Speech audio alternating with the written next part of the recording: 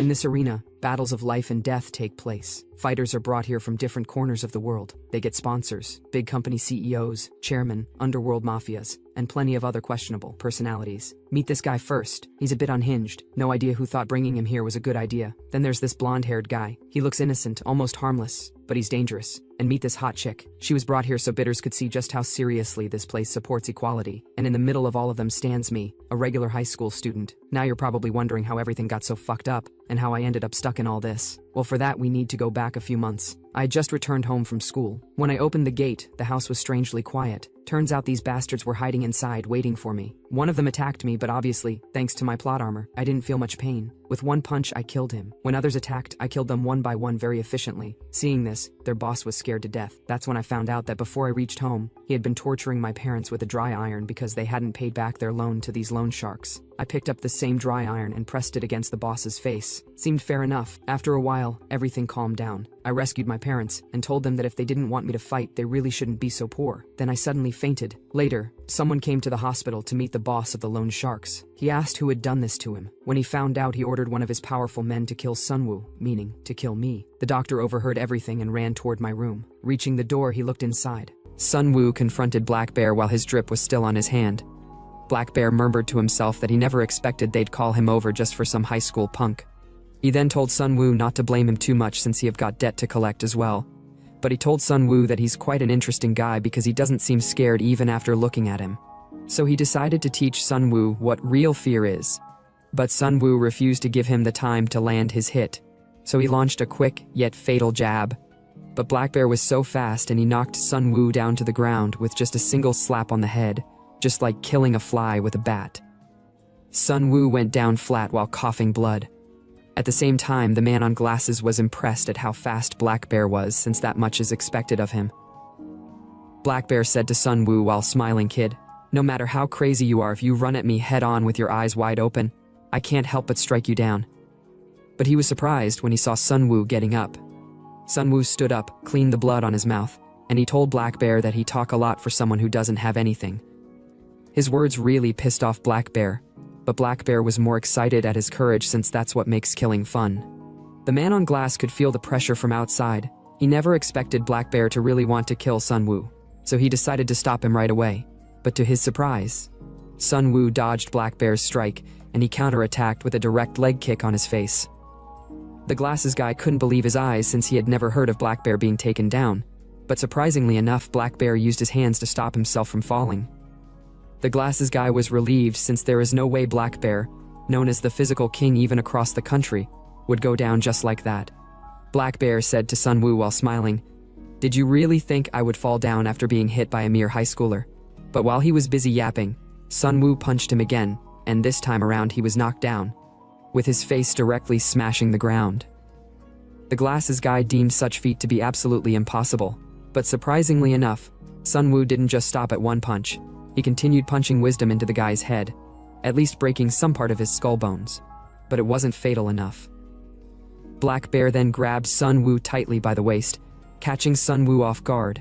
He told Sunwoo that it's quite disgraceful to be using his ultimate move against a high schooler. The glasses guy noticed Black Bear's signature move, the Bone Crusher, so he decided to stop the fight right now. So seeing that things are really getting out of hand, he immediately rushed in to stop him. But to his surprise, the battle is far from over. Black Bear had no idea what was going on since his senses went numb all of a sudden, so to avoid any slip-up he decided to make use of his full strength, but to his surprise, Sunwoo moved. He never expected Sunwoo to be moving, and the fact that his bones are fine was what shocked him the most, because his bone crusher was meant to crush his bones, so he decided to increase the intensity of his grip. And this time he told Sunwoo that he'd completely crush him, but to his surprise, he had no idea why Sunwoo's bones aren't breaking yet, since Sunwoo was still trying to force himself to stand up, and bang, Sunwoo used his head to smash the big guy's skull.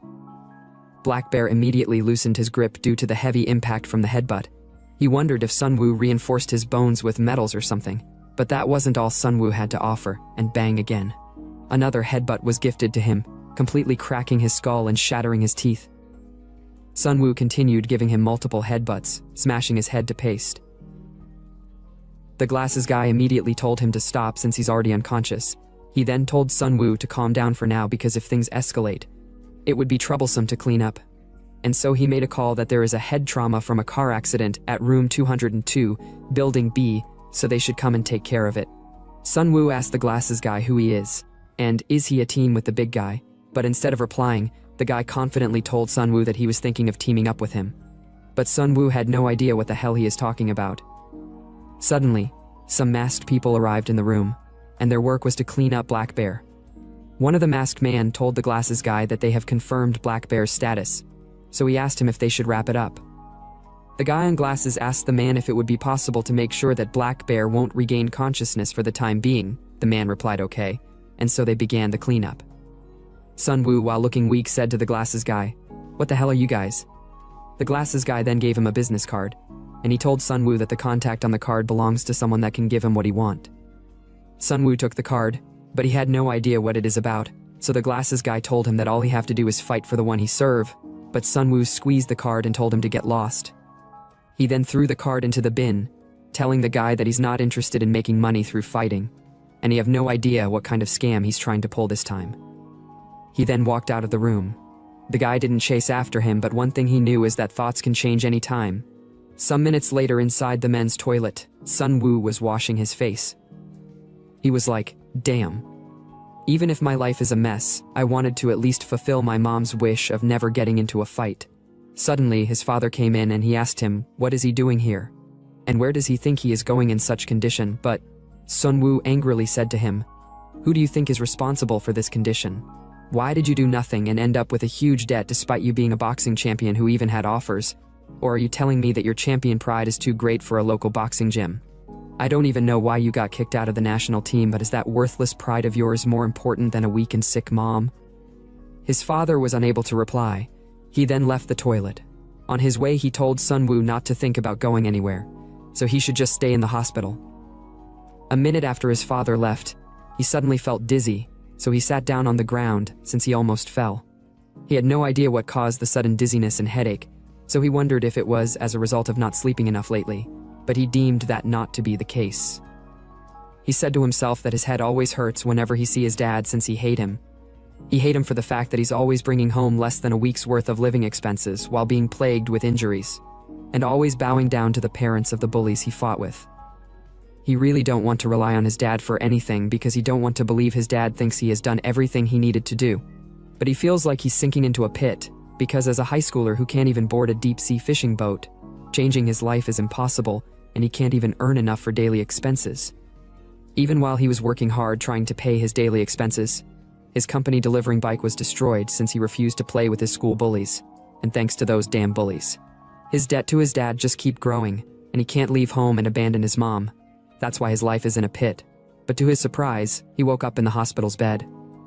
He felt the sharp headache, so he wondered if he did pass out again, and he didn't even know when they moved him to a different room. He then brought out his phone to see how long he had been sleeping for. But his mood went to zero as soon as he saw a text from his dad, so he opened and read it. In the text, his father told him that he think it's finally time for him to tell Sun Woo everything tonight. But Sun Woo was like, what? What else has he been hiding? He then decided to check on his mom. He called his mom through his dad, so he asked how his mom is doing.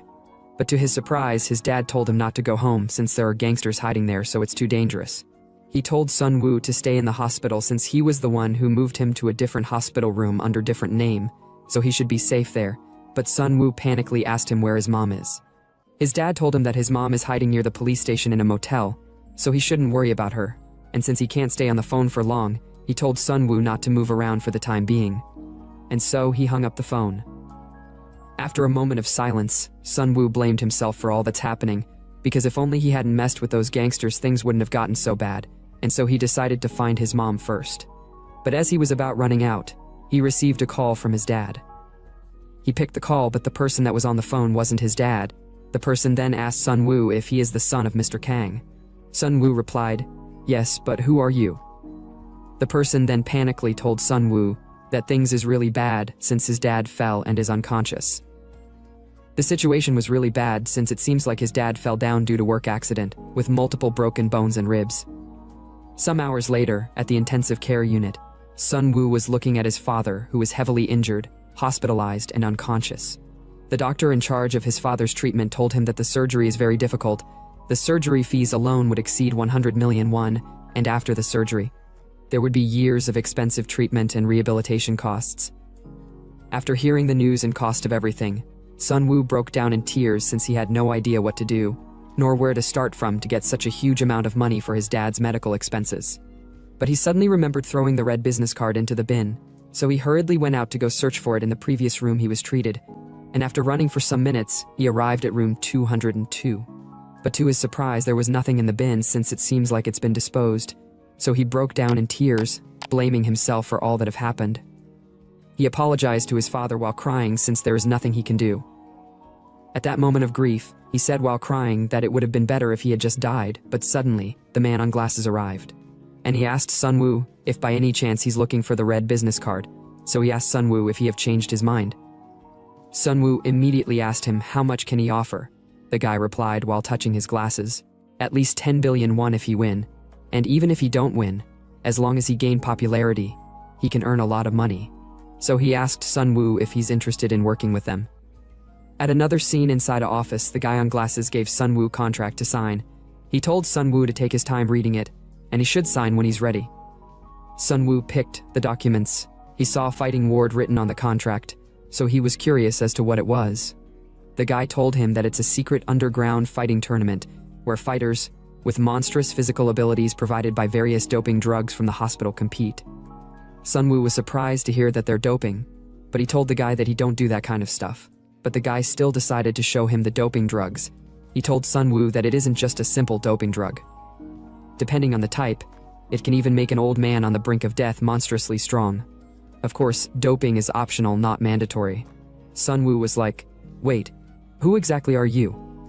The guy touched his glasses, and he apologized for the late introduction. He told Sun Woo that he is Kim Min-suk, a scout for a certain very important person who participates in the fighting ward.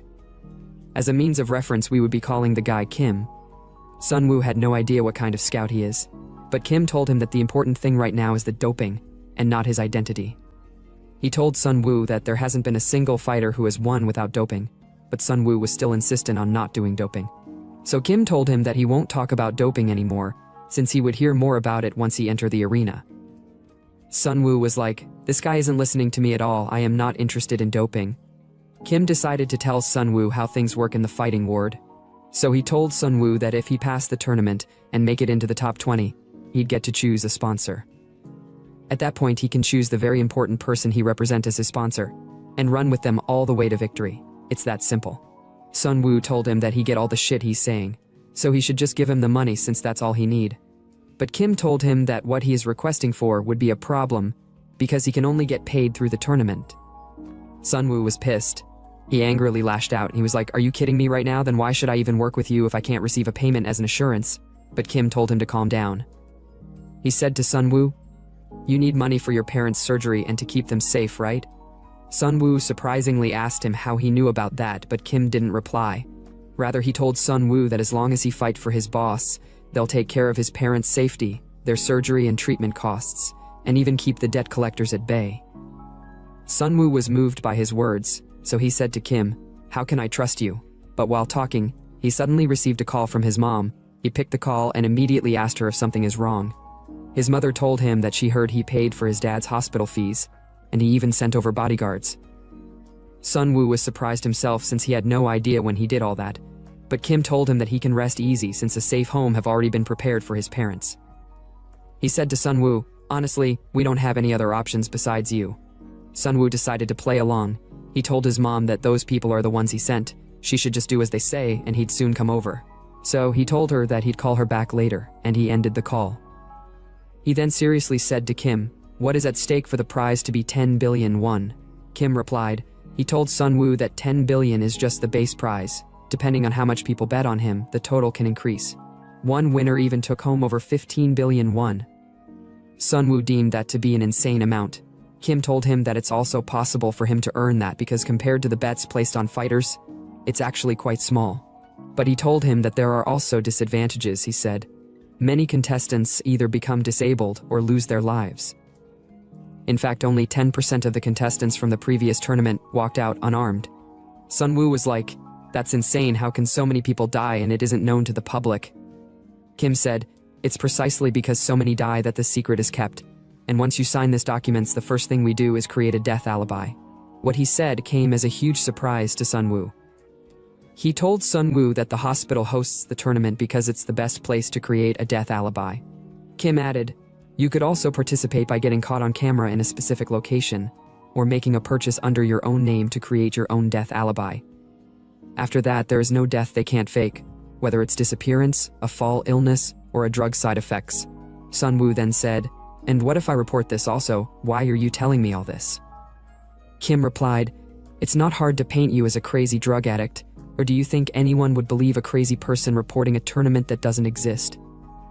In addition, you reporting isn't something to be worried about because you'd be pronounced dead long before you could report it, and that is the beauty of the hospital system. He then told Sunwoo once again that him participating is all entirely his choice, and so he asked him if he would want to sign the documents now since most people take a few days to think it over. But to his surprise, Sunwoo doesn't need a day, since he already decided to sign the documents. But he told Kim to make sure he keeps his promise, and so Kim let out an evil smile, but to Sunwoo's surprise, a nurse appeared from his behind and injected him, although he tried struggling. But Kim said to him while losing consciousness, don't worry, it's just anesthesia to move you to the arena, remember Sunwoo. Your parents will only be taken care of while you're participating in the tournament, so make sure to win and solve all your problems. Just like that, he went unconscious, and after some minutes he was gradually regaining his consciousness. At that moment he thought he was dead since he had no idea what was going on, nor the place where they are taking him to since he was being moved on a bed. But when he saw the passageway that he's been taken into, he said to the person that was pushing him, where am I? The person told him to stay quiet and keep moving since he'd soon find out where this hell is. At another scene, Hosin Group Company, inside the office of Vice Chief Cha Yun-woo of Hosin Group. As a means of reference, we would be calling the Vice Chief Yun-woo. Kim told his boss Yun-woo about Sunwoo. Yun-woo then said to Kim, do you really think it makes sense to use a high school student as our representative fighter, even though he took down Black Bear? Kim said while touching his glasses. Of course, Vice President Hyungnim might laugh at the idea, but the more ridiculous it seems, the better. Because if we want to get the Vice President who is obsessed with the fighting war to take part in your bet, then we need him to underestimate us. Yun-woo said to Kim, are you trying to say that just with this one student, we can bring Hyungnim down? Kim told him that it's possible because they checked Sunwoo's body after he survived Black Bear's bone-crushing technique, and his condition is beyond belief. But Yun-woo had no idea what he meant by that. At the same time in the fighting ward, Sunwoo woke up not knowing where he was, nor the identity of the person trying to step on him. But when he came back to his senses, he was almost stepped on. Luckily, the guard told the guy that want to stomp him to step back or else they'd shoot him down. The guy immediately stepped back, while Sunwoo was on the ground, and drones were moving around. One of the drones approached Sunwoo to confirm that he have woken up. Sunwoo had no idea where he is, but what's more strange is the student uniform on his body since he wasn't the one who put it on. An announcement was then made through the drone that the first round match will now begin. They were told that the first round is the doping test round, which will determine the suitability of 200 fighters to proceed to the main battle arena. They will be randomly given one of many types of doping agents, each enhancing a specific physical ability, and so the VIPs watching the broadcast were told that they can now place their bet from now on. Each of the fighters have their own doping sets. The guy, on the other hand, excitedly took his own doping gun to inject himself, while Sunwoo was saying to himself that he have already broken the promise he made to his parents not to fight, along with the promise to graduate from school, but he decided not to break his last promise not to use drugs. Suddenly, he was surprised to see that the guy have already injected himself with the doping gun, and he coughed out so much blood in the process. For a moment, he was feeling somehow strange all over his body, but he started feeling the effect of doping, and he was really enjoying the power surging through his body. Sunwoo was like, what the hell is that? But to his surprise, the guy jumped forward ready to stomp Sunwoo's face, but Sunwoo swiftly dodged, and the guy ended up hitting the wall, and the force after impact was able to shatter the wall. Sunwoo had no idea what kind of monster the guy has become all of a sudden, since the guy was thin and didn't have any muscles just a second ago. So he wondered if the guy's muscles get enhanced or something. The drone then announced that the guy has successfully enhanced his power. The guy laughed excitedly at the fact that he was lucky to hit the power doping jackpot. he said with excitement. "It's a shame I can't leave right now, or else I would love to smash all those guys who used to mock me as a scrawny loser." He then left his spot, and within the blink of an eye, he arrived in front of Sunwoo. He said, "Now, how should I kill this little brat to make it fun?" But the guy was punched on his face by Sunwoo without being able to react, and he immediately stepped back. The guy was angry at that petty punch, so he thought Sunwoo's also looking down on him, the same way his friends does. But Sunwoo didn't care about all the bullshit the guy was saying, rather he was assessing the guy. And the punch he threw at the guy earlier was to assess him. He said to himself that it looks like the guy's reaction speed didn't get enhanced. So if he slowly closed the distance and create an opening, then he might have a chance. But to his surprise, the guy came charging towards him at full speed and bang, the guy smashed his head.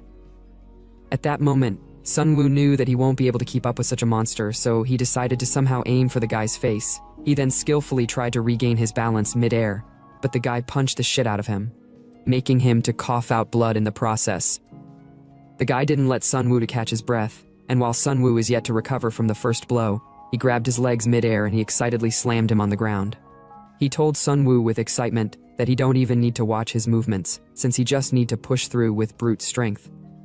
Sunwoo was quite helpless. Such damages on one's body would have eventually led them to meet Dharma, but Sunwoo has plot armor.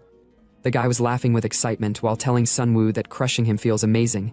He then said to Sunwoo, "Shall we see how far a person can be crushed?" The guy then jumped up with the aim to obliterate Sunwoo. While he was mid-air, he said excitedly, "Tell all those bastards who look down on me to come out because now I am king," and bang, the guy landed on Sunwoo's chest. He freakishly told Sunwoo that the best part of crushing someone is definitely the ribs. Going back some hours ago back at Yeonwoo's office, Kim told Yeonwoo that they examined Sunwoo's body after surviving Black Bear's bone-crushing attack, and what they found was unbelievable. They found out that Sunwoo's bone density is over 10 times that of a normal person. That is to say, Sunwoo's bone density is not that of a human, which means that normal attacks would be unable to harm Sunwoo, and so while the guy was busy enjoying stepping on Sunwoo grabbed his leg, and he skillfully escaped the guy's clutch. The guy tried to grab Sunwoo's leg since it was wide open in air, but Sunwoo swiftly changed his leg position and he immediately distanced himself. The guy was surprised at how Sunwoo is still fine without doping, but he refused to accept his weakness. Rather, he deemed it as a result of his body not fully adjusting to the doping sensation yet. At the same time, Sunwoo said to himself that the monster has definitely slowed down, and he's sure that his stamina hasn't been enhanced either, so as long as he avoid getting grabbed, he can aim for the guy's face. But in order to achieve that, he'd have to go for quick punches rather than relying on power. He then moved towards the guy. The guy was happy that Sunwoo was coming towards him, so he decided to land a fatal strike with his hand, but Sunwoo swiftly dodged it, and bang, he landed a quick left jab on the guy's face. The guy immediately tried to counterattack with his left hand, but Sunwoo dodged and bang again, he landed a swift right jab with increased damage. The guy lost balance there for a moment. But Sunwoo didn't give him time to catch his breath by continuously launching multiple jabs, until the guy seems like he was about to lose consciousness.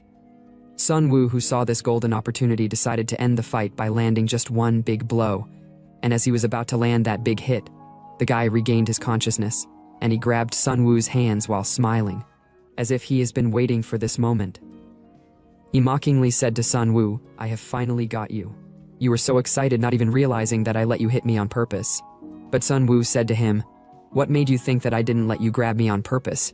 He then asked the guy if he knows why kangaroos hold their opponent's arms before landing a big hit, and bang. Before the guy could realize what was going on, Sunwoo performed an insane acrobatics, fatally injuring the guy with a heavy leg strike, immediately sending the guy to the ground. This time around, the guy had no idea what was happening. Since he was unable to lift his body, he angrily lashed out, and he was like, "Damn it, why is my body like this? There is no way I'm struggling like this against a guy who hasn't even doped." He then looked up at the doping dose, and he decided to take one more since it seems like the first one wasn't enough to contain him. Sunwoo, who saw him trying to get another shot, immediately decided to stop him because that was the doping shot that was given to him. But before Sunwoo could reach the guy had already injected himself. The drone then announced that the stamina doping has been applied successfully, and just like that, the guy speared Sunwoo mid-air, making Sunwoo to cough out a ton of blood. He didn't just stop at that, he angrily grabbed Sunwoo mid-air, and he slammed him directly on the ground. The drone came to check if Sunwoo was still alive or not, but the guy pushed the drone away since it aren't over yet. He then grabbed Sunwoo by the neck while saying, "There's something I've always wanted to do after being on the receiving end. Yeah, this is the feeling for pests like you, so I'll have to cut off your breath completely for it to feel right." But all of a sudden, as soon as Sunwoo was about giving up, the guy went straight to the ground, and he died. The drone announced that the game is over due to the player death.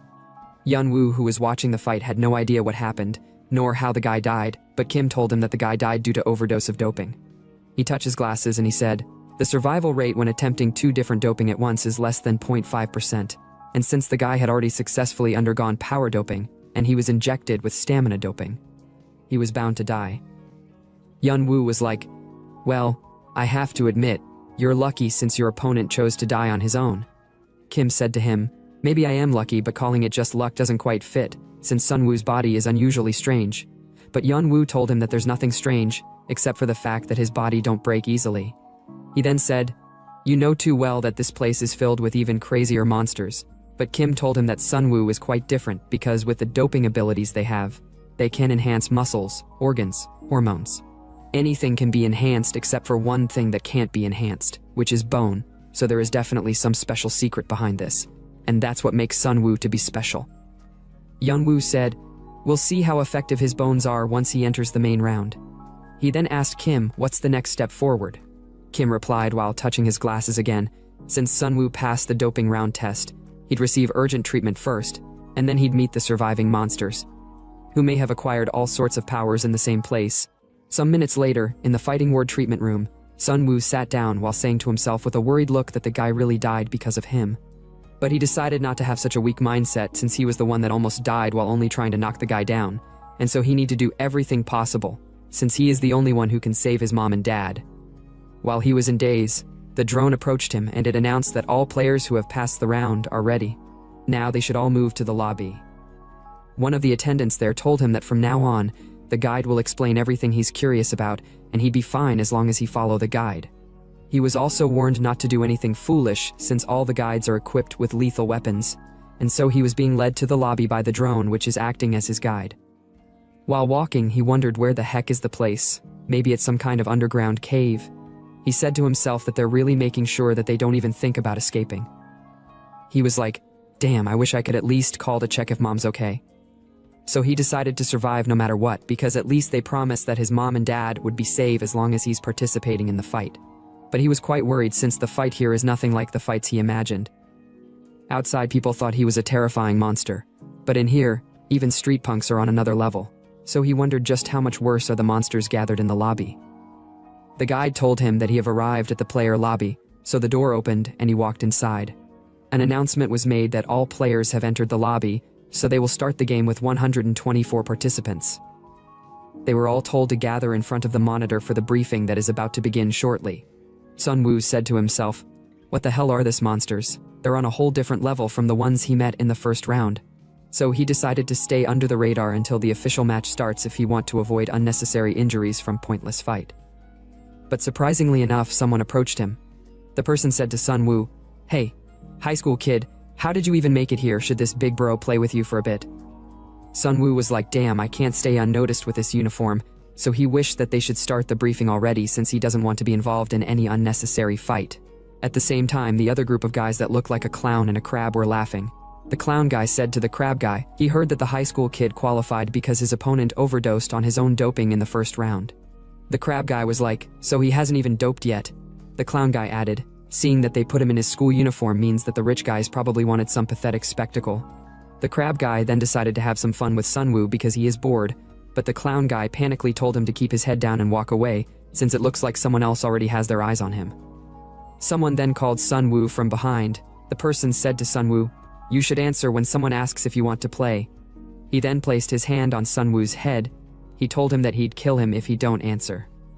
Sunwoo was like, "Yeah, to survive among this maniacs, I'll have to become even crazier." He then swiftly turned around to attack the guy as the guy was about to attack him. But to his surprise, a man came to his rescue and stopped the big guy. The man told the big guy to stop. The big guy was like, "What now?" Although the big guy was squeezing the man's hand tightly, but the man didn't show any reaction. Rather, he told the big guy to let our protagonist go since he is just a young student. He then forcefully pulled his hand away. The big guy said to him, "Is a guy like you with only one arm doped trying to take me on over such a weak guy?"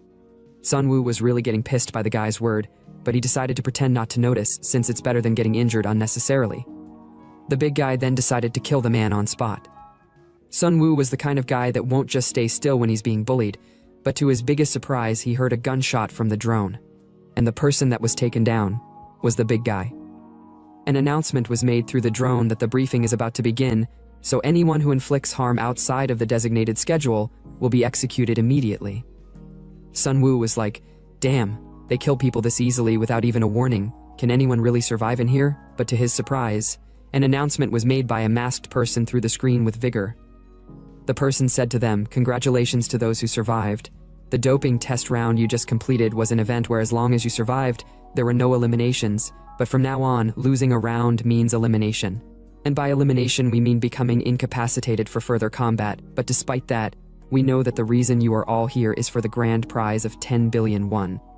Everyone was excited seeing such huge amount of money, and at that moment they can do anything to get their hands on the cash. Even Sunwoo was saying to himself that with such amount of money, his whole family could finally live like humans, so he was ready to do anything for it. But the person told them that unfortunately, only one person can win the prize, but they should not be disappointed, because if they make it to the top 16 and survive, they'd receive 5% of the game money bet on them by the VIPs. All the players were so excited, some weaklings were saying that they'd sweep up both the prize and the betting money. The person then told them that each player will have their own broadcast channel, and they'll be assigned one guide each, who will also act as their camera. The VIPs will watch the channels of the players they believe would win and place their bets. In short, the more attention they get from the VIPs, the more money they can earn, so they should try to secure as many VIP viewers as possible and rake in a fortune. Now they will provide them with a 5-person room where they'll stay until the game ends, so they should feel free to choose their roommates, and for any further questions, their guide will assist them. So, they were told to please proceed to their rooms. The clown guy was saying to the crab guy that to catch the attentions of the VIPs, he need to be with the strong ones and pull off some big moves. The crab guy said, "If I room with kids like that high schooler, I might not make a single penny." At the same time, Sunwoo was like, "Damn, even finding a room won't be easy." But the man who saved him earlier told him not to worry too much, since he'd make sure nothing happens to him until the official match begins. Sunwoo didn't reply. Rather, he noticed the man's hand that was shaking due to the grip from the big guy that got shot earlier. Suddenly someone passed by him, but it seems like he knows who that person is. Maybe it's someone famous. The man said to Sunwoo, "Looks like there's a room over there that's free of competition, so let's go check it out." Sunwoo suspiciously said to himself that the man got injured because of him, and now he wants to room with him that everyone else is avoiding. Although he don't know his motives, but no matter which room he choose, danger would be everywhere, so he ended up following the man. The clown guy who saw the two of them was like, "Wow, this group is a complete mess." The crab guy predicted that the lowest viewership is guaranteed for their group. The clown guy then said, "That's why I came to the room next to the ones who look like they'll be number 1 in viewership. Although sharing the same room might be too dangerous, but being next door means I would get at least a bit of screen time on a popular channel." The crab guy agreed. He said, "If guys like those muscleheads attract rich viewers, then it would also favor us." Inside the room opposite to that of the clown guy, there were 3 big guys, looking quite intimidating, but to their surprise, a blonde person entered the room and shut the door. He walked towards the big guys and he told them that the spot they are sitting on looks good, so could they please move out of the way. One of the big guys walked forward and he said, "The camera's not even on, and you've closed the door. It seems like you must be asking to be killed." And so he charged out with his left arm to attack the blonde guy. But the blonde guy used his 2 fingers, and bang, he struck the guy at the weakest part of his neck, knocking him down within seconds, and the spot he was attacked on was twisted completely. The other big guys were in shock. The blonde guy then asked them if anyone else want to greet him, but they were unable to reply due to fear. The blonde guy said to them, "Good. It's better to stay quiet like that since the person I want to greet is someone else." The blonde guy is named Han Min-soo, age 19, Kali Arnis.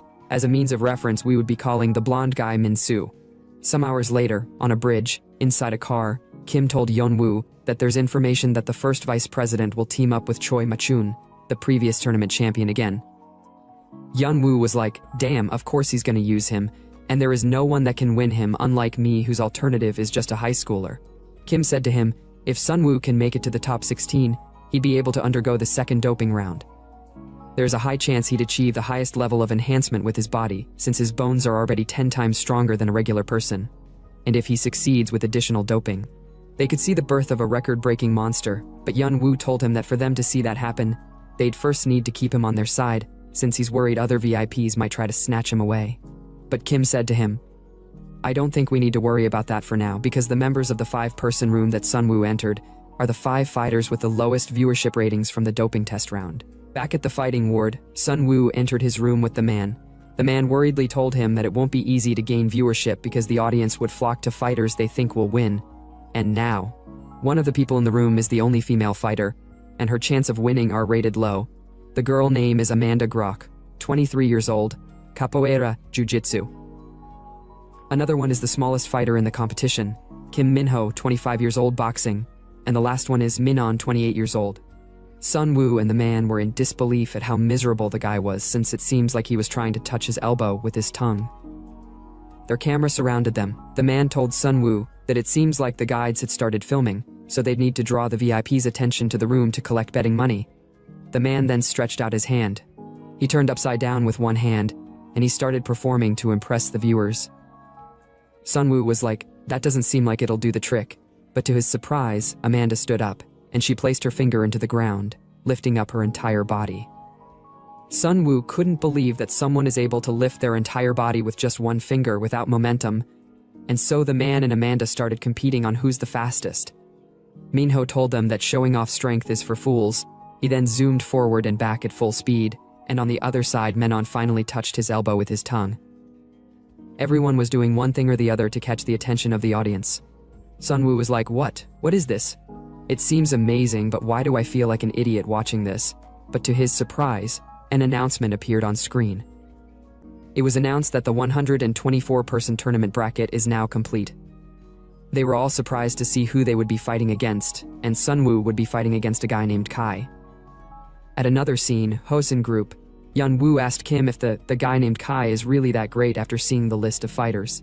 Kim told him that Kai hasn't had a single loss since his days as a Letway fighter, but Yun-woo had no idea what he meant by Letway, so Kim decided to explain. Kim said, it's a Burmese martial art, similar to Muay Thai in many aspects. However, there are some differences that makes it even more brutal and cause more injuries. Yun-woo was like, isn't Muay Thai already one of the few dangerous sports that allow elbow and knee strikes? But Kim told him that Letway allows even more than that. Not only do they fight without gloves, but headbutts are also allowed. So if someone strikes their opponent's face or head with their forehead, which is one of the strongest bones in the body, it can cause fatal injuries. That's why it's banned in most fighting tournaments, but the truly dangerous aspect of Letway lies elsewhere, which includes the permitted use of attacks to the back of the head and the spine. So Kai has likely had the most real combat experience among all the participants in the fighting ward, and even after his professional career, he was scouted by an organization and continues to fight for them. He was scouted since it seems like fighting in the ring wasn't enough to satisfy him, so he started seeking out infamous street fighters for battles, which caught the attention of the organization he is working with. Yun-woo then asked Kim if Sunwoo can really go up against someone like him, but Kim doesn't know either since he's also curious to find out. He touched his glasses and he said, so far Sunwoo has only fought debt collectors, and someone like Black Bear who never formally trained in martial arts. Back to the fighting wards. In the 5-person room, Sunwoo woke up from his box feeling relieved, wondering how long he had been asleep, but he noticed that his body felt so light. It wasn't just the feeling of lightness. He had had this feeling before when he woke up after fighting Black Bear. He had the same feeling, which is that he have gotten stronger. The man woke up. He told Sunwoo that there is no need to be surprised because it's only natural for muscles to become stronger than before when they are pushed to the limit and recover without permanent damage, he said. It seems like you've probably never pushed yourself to the limit like that before. Sunwoo said to himself with a surprised expression that the man is right, since he was already fighting to the limit when he fought Black Bear, not even knowing how he did it. The man said to him, muscles aside, your recovery seems unusually fast. Maybe you got hit with some kind of recovery doping. Sunwoo told the man he had been curious since yesterday about something. Why did he risk getting injured to help him? The man replied with a pale face, saying that Sunwoo reminds him of his son. He was sad because if he had been a better father, his boy wouldn't have gotten into so much debt with loan sharks, so he's here to fix things by paying off the debt first. But when he saw Sunwoo alone, he couldn't help but think of the son he neglected and ruined, so he just couldn't stand by and do nothing. But Sunwoo told him to stop wasting his time. He should just survive and take care of his real son, because if he was to die, none of that would matter. Although the man was moved by his words, but he still doesn't care, and he's willing to help Sunwoo anytime. But to their surprise, Menon was angry at the fact that he isn't in the main arena. He was like, damn it, I'm the guy who can touch his elbow with his tongue, so why wasn't I chosen? At the same time, the man said to Sunwoo, I heard that the matches with the most viewers take place in the main arena, and the rest take place in the doping arena. But the thing is, for all of us, except for Menon, to be in the main arena means that our opponents are some of the most popular monsters, but Sunwoo deemed that as a good thing, because it's a chance to draw all the VIPs' attention to their room at once. The man said with a surprised face, You're crazy. With his freaky face, Menon appeared before Sunwoo, which scared the shit out of him. He told Sunwoo that the main arena isn't just for gathering viewers. It's where 16 VVIPs show up in person, and they're the real powers that run the world. Night reached. Somewhere in the woods, packed outside a house, were 3 cars with their light on. Inside that house is Kim and Yeonwoo standing in front of a fire. Yeonwoo said to Kim, I thought I was heading to the main arena, but what's with this filthy place? Kim told him that the location of the fighting ward is a secret that only the organizers know, so they probably want to meet in a hidden spot, but it seems like someone else has joined Sunwoo's channel besides them. Yeonwoo was like, what? Why all of a sudden is there someone snooping around on us? But to their surprise, someone said to them from the top of the building, looks like there's been some kind of misunderstanding. The person was a girl, age 19, Cha Sung-yeon, the youngest daughter of Hosen Group. She told them that she's just interested in the student named Sunwoo, and nothing more, so it's not like she's been observing them.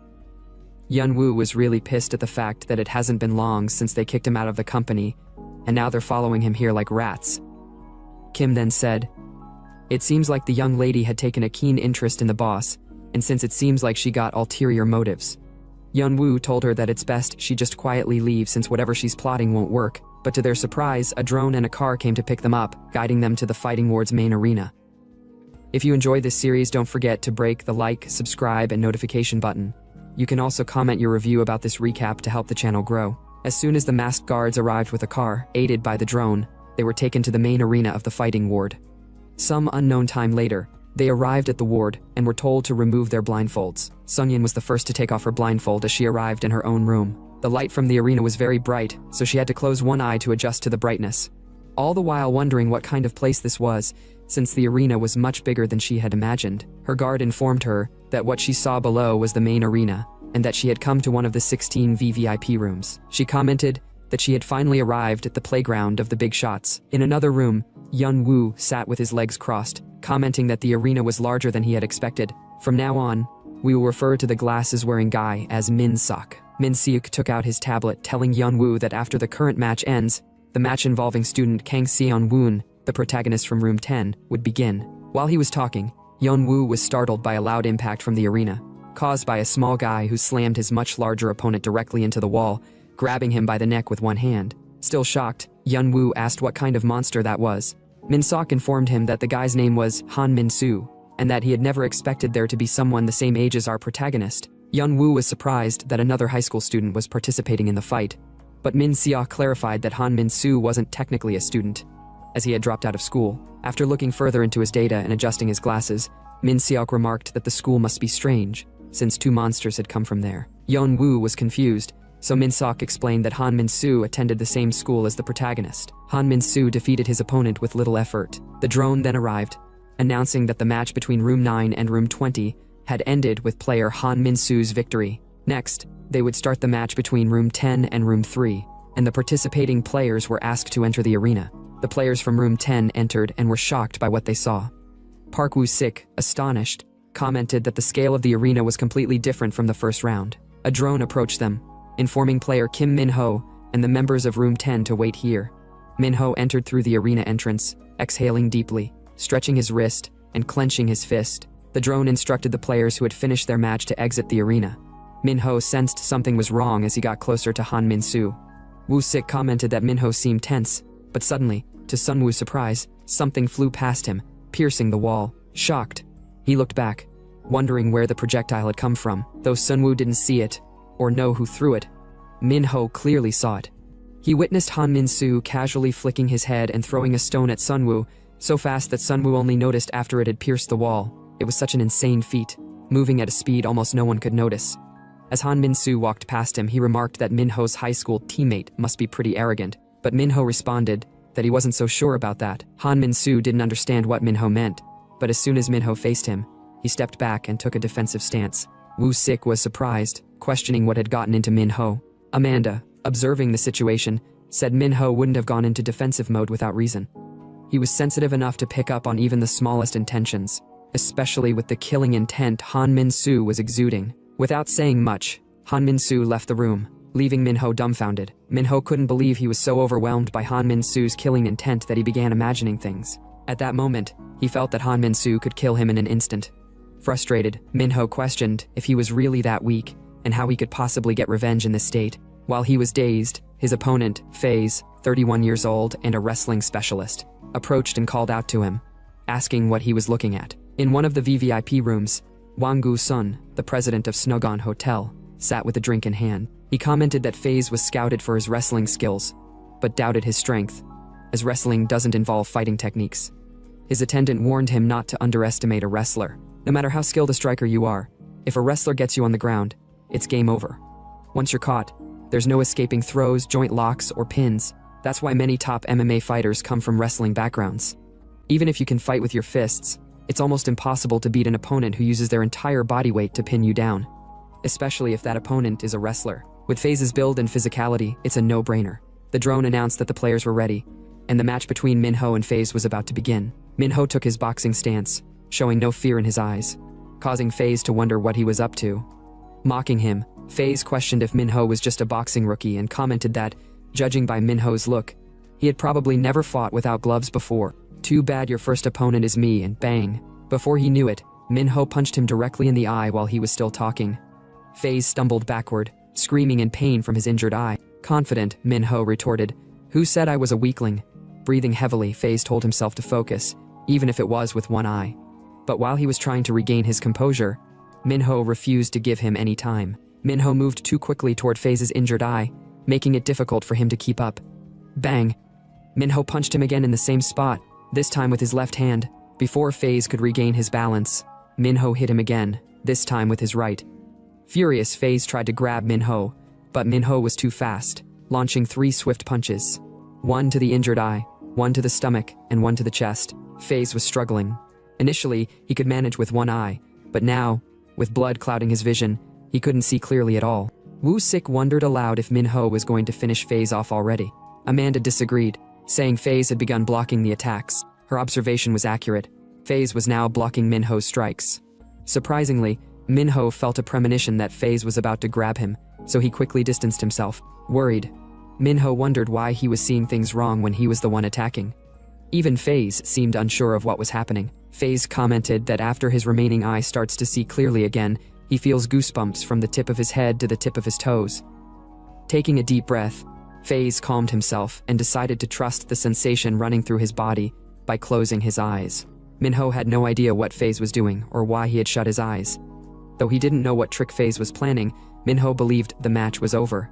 He went for a direct attack, but before his punch could land, FaZe blocked it with his eyes closed, shocking everyone watching. Panicking, Minho advised himself to move left quickly, knowing that if FaZe caught him, he would definitely die.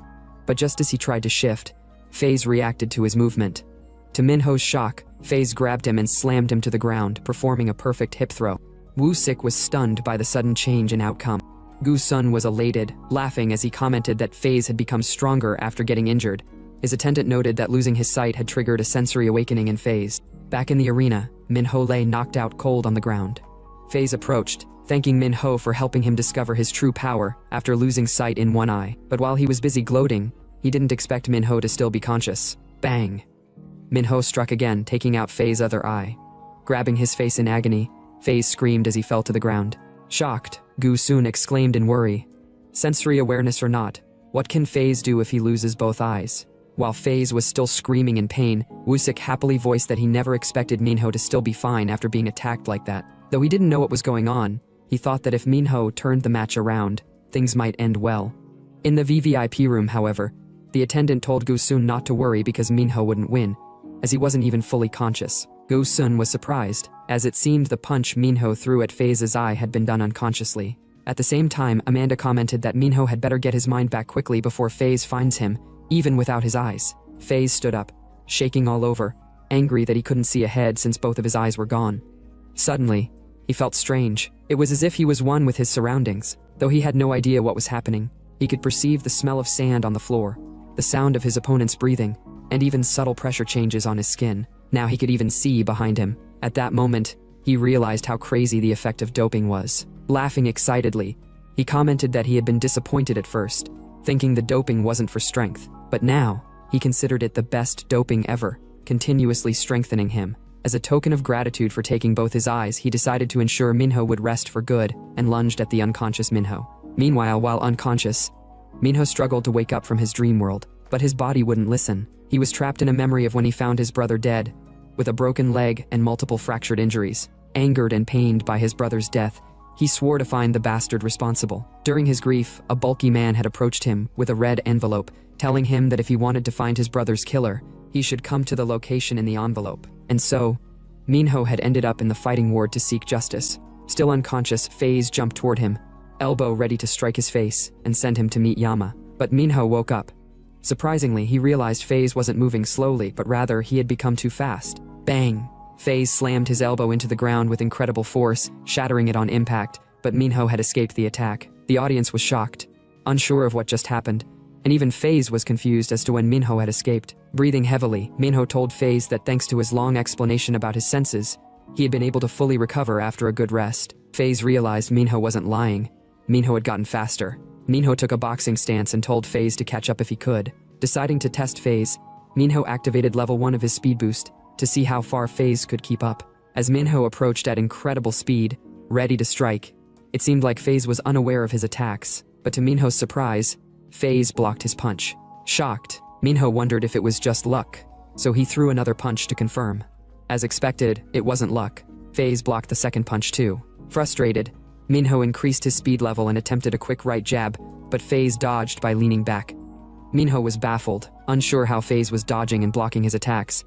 He pulled back, trying to figure out how FaZe was keeping up. FaZe smiled in excitement, feeling everything, from Minho's heartbeat to the tiniest movements. Now he had no blind spots, as if he had completely blended with his surroundings. Minho, worried, realized that at his current speed, he couldn't defeat FaZe. So, even if it was risky, he decided to go all out at maximum speed. He zoomed forward with his ultimate move, light straight, sure it would end the fight. But suddenly, he had a premonition. FaZe slammed him so hard he coughed up blood and crashed to the ground. Even FaZe was confused by what happened, wondering why Minho fell without attacking. Minho stood up quickly, panicking as he touched his neck, convinced it was broken, but to his surprise, it was intact. That's when he realized he was hallucinating again. FaZe confidently told Minho that had he continued, his neck would have been broken. Wusik, watching, was dismayed that Minho's speed had no effect. He realized Minho could sense incoming attacks before they happened, but was shocked when Minho stood up again. What surprised Wusik wasn't Minho standing up, but the fact that Minho wasn't using the doping effects anymore, just regular footwork. Wusik assumed Minho had run out of energy to use speed doping. He couldn't understand why Minho would attack at normal speed, thinking it was a death wish. But to his astonishment, Minho successfully landed a punch on FaZe's face, dodging as FaZe tried to grab him. Wusik was dumbfounded. Minho swiftly surrounded FaZe, leaving after midges. But such speed without doping came at a price. Minho was breathing heavily, struggling to catch his breath. Wusik couldn't fathom why Minho wasn't using doping, knowing he lacked the stamina for it. Yet, Minho continued landing hits, surrounding FaZe and not giving him a moment to recover. Curious, Wusik asked Amanda why Minho was using excessive feints when his attacks were already landing. Amanda explained that it was precisely the feints that made Minho's attacks successful. She elaborated that since Minho initially thought FaZe had lost his sight, he had stopped using feints and made direct attacks, which was the problem. Wusik wondered if Minho believed FaZe could see again. Amanda clarified that it was more than that. Minho was tricking FaZe's other senses. With sensory doping, predicting simple attack patterns isn't hard, but FaZe was still inexperienced with his new abilities. The constant feints were overwhelming his senses. Minho had figured out how much FaZe could predict and was using that to his advantage. She commented that she never expected Minho to be scarier than she expected. With a beautiful uppercut, Minho landed a devastating blow. In one of the VVIP rooms, Gusun anxiously asked his attendant why FaZe, a supposed champion, was struggling. The attendant calmly replied that Gusun was mistaken. FaZe wasn't losing, and his current expression wasn't that of a loser. FaZe smiled, feeling victorious, and grabbed Minho tightly, declaring that his senses had won. He attempted a suplex to slam Minho into the ground, but the audience gasped. Not because of the suplex, but because FaZe had suplexed himself. Confused, FaZe couldn't believe what had happened, sure that he had grabbed Minho. In reality, he had grabbed a shadow. The real Minho stood in front of him. Sunwoo, surprised, questioned, "Why is FaZe doing a suplex on his own?" Amanda replied, commenting that it's because what Minho attacked was FaZe's brain. Still surprised, Sunwoo had no idea what she was talking about. She explained, Minho relentlessly targeted FaZe's head, and he did it continuously without stopping. Every time the head gets hit, the brain gets shaken, and Minho keeps striking before the shaking settles. And with that, it'd be hard to maintain the sharpness of their senses no matter how much someone uses sensory doping. So that way, Minho created a few seconds of sensory error in FaZe, making FaZe to think he caught an opponent he couldn't actually catch. Sunwoo worriedly said to himself, questioning if the kid Minho is stronger than him. And what if Minho's undoped senses are superior to his? If that's the case, he deemed it to be unfair. As the drone arrived to assess the fighters, it announced that FaZe was unable to continue. The winner was Kim Minho. Minho sighed in relief as cheers erupted from room 10, while Gusun was furious over FaZe's defeat. Minho knelt, thinking of his brother, as Sunyeon in one of the VVIP rooms commented that this wasn't a fight between humans, finally understanding why the seniors were so obsessed with the match. The attendant told her that it's not just a battle. Sunyeon had no idea what he was talking about. He explained, telling her that this place can fulfill everything the conglomerate desires. Of course, this place has the power to protect money and power, from murder without consequences, to hallucinogenic drugs that can't be detected by law enforcement. So for the conglomerate, who can no longer find pleasure elsewhere, the fighting ward is their only paradise. Because of that, the pride at stake for the VIPs here is extraordinary. Sungyeon commented that it seems she has now understood why her second brother wanted to beat her first brother so badly here at the fighting ward. The attendant added, telling her, that's why the head of the second department must have chosen this battle very carefully. Besides, there's a rumor that the second department's talent scout knows this place very well and is highly competent. Sungyeon finally understood some things. Well, no matter how great the scouted fighter is, they will find out in the next round, which is the round of our big guy. In another scene inside a room, someone was watching Minho's and FaZe's match. A man in a lab coat approached the person, called him director, and told him all 16 VVIPs have entered. The face of the man he was talking to was covered in bandages. For now, let's call the man director. He commented that with attendance reaching 100%, it seems like they might achieve something this year. He then asked the man, who seemed like a doctor, if there were any results. The doctor replied, telling the director that the second stage of the sensory awareness enhancement has been detected for the first time, and it's been found that the long-term effect index has also decreased by nearly 20%, but the regenerative effects they were targeting haven't appeared in any doping trials. The director questioned worriedly if the experiment is a failure. The doctor stuttered and replied no. When the doping reaches its maximum effect, they'll see the results later. Moreover, this time, the doping effect has appeared for the first time, and he thinks the test result might give them some clues on how to regenerate it. The director was surprised and questioned if he's talking about the skin's strengthening effect.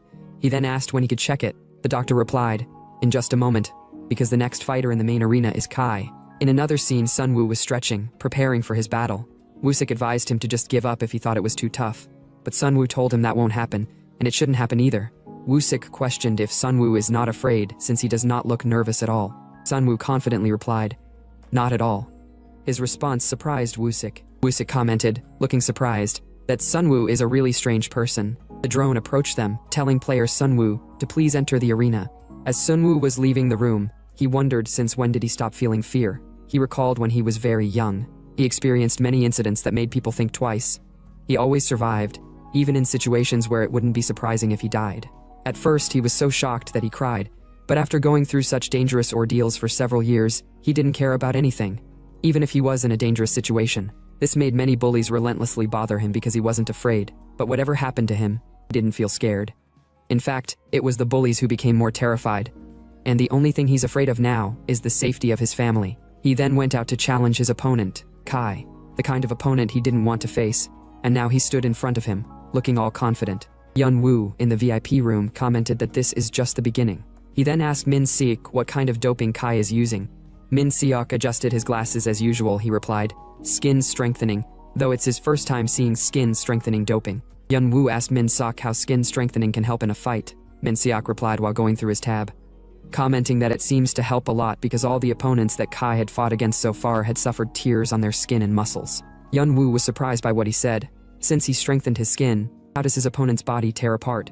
Min Seok replied, telling Yun Woo that Kai's strengthened skin is so tough that it can't be damaged by human strength. It's so hard and dense that even a mere scrape against his opponent's skin would cause injury. They say even his muscles would cause a tear on his opponent. And he's also receiving a lot of attention from regular VIPs as a fighter to bet on.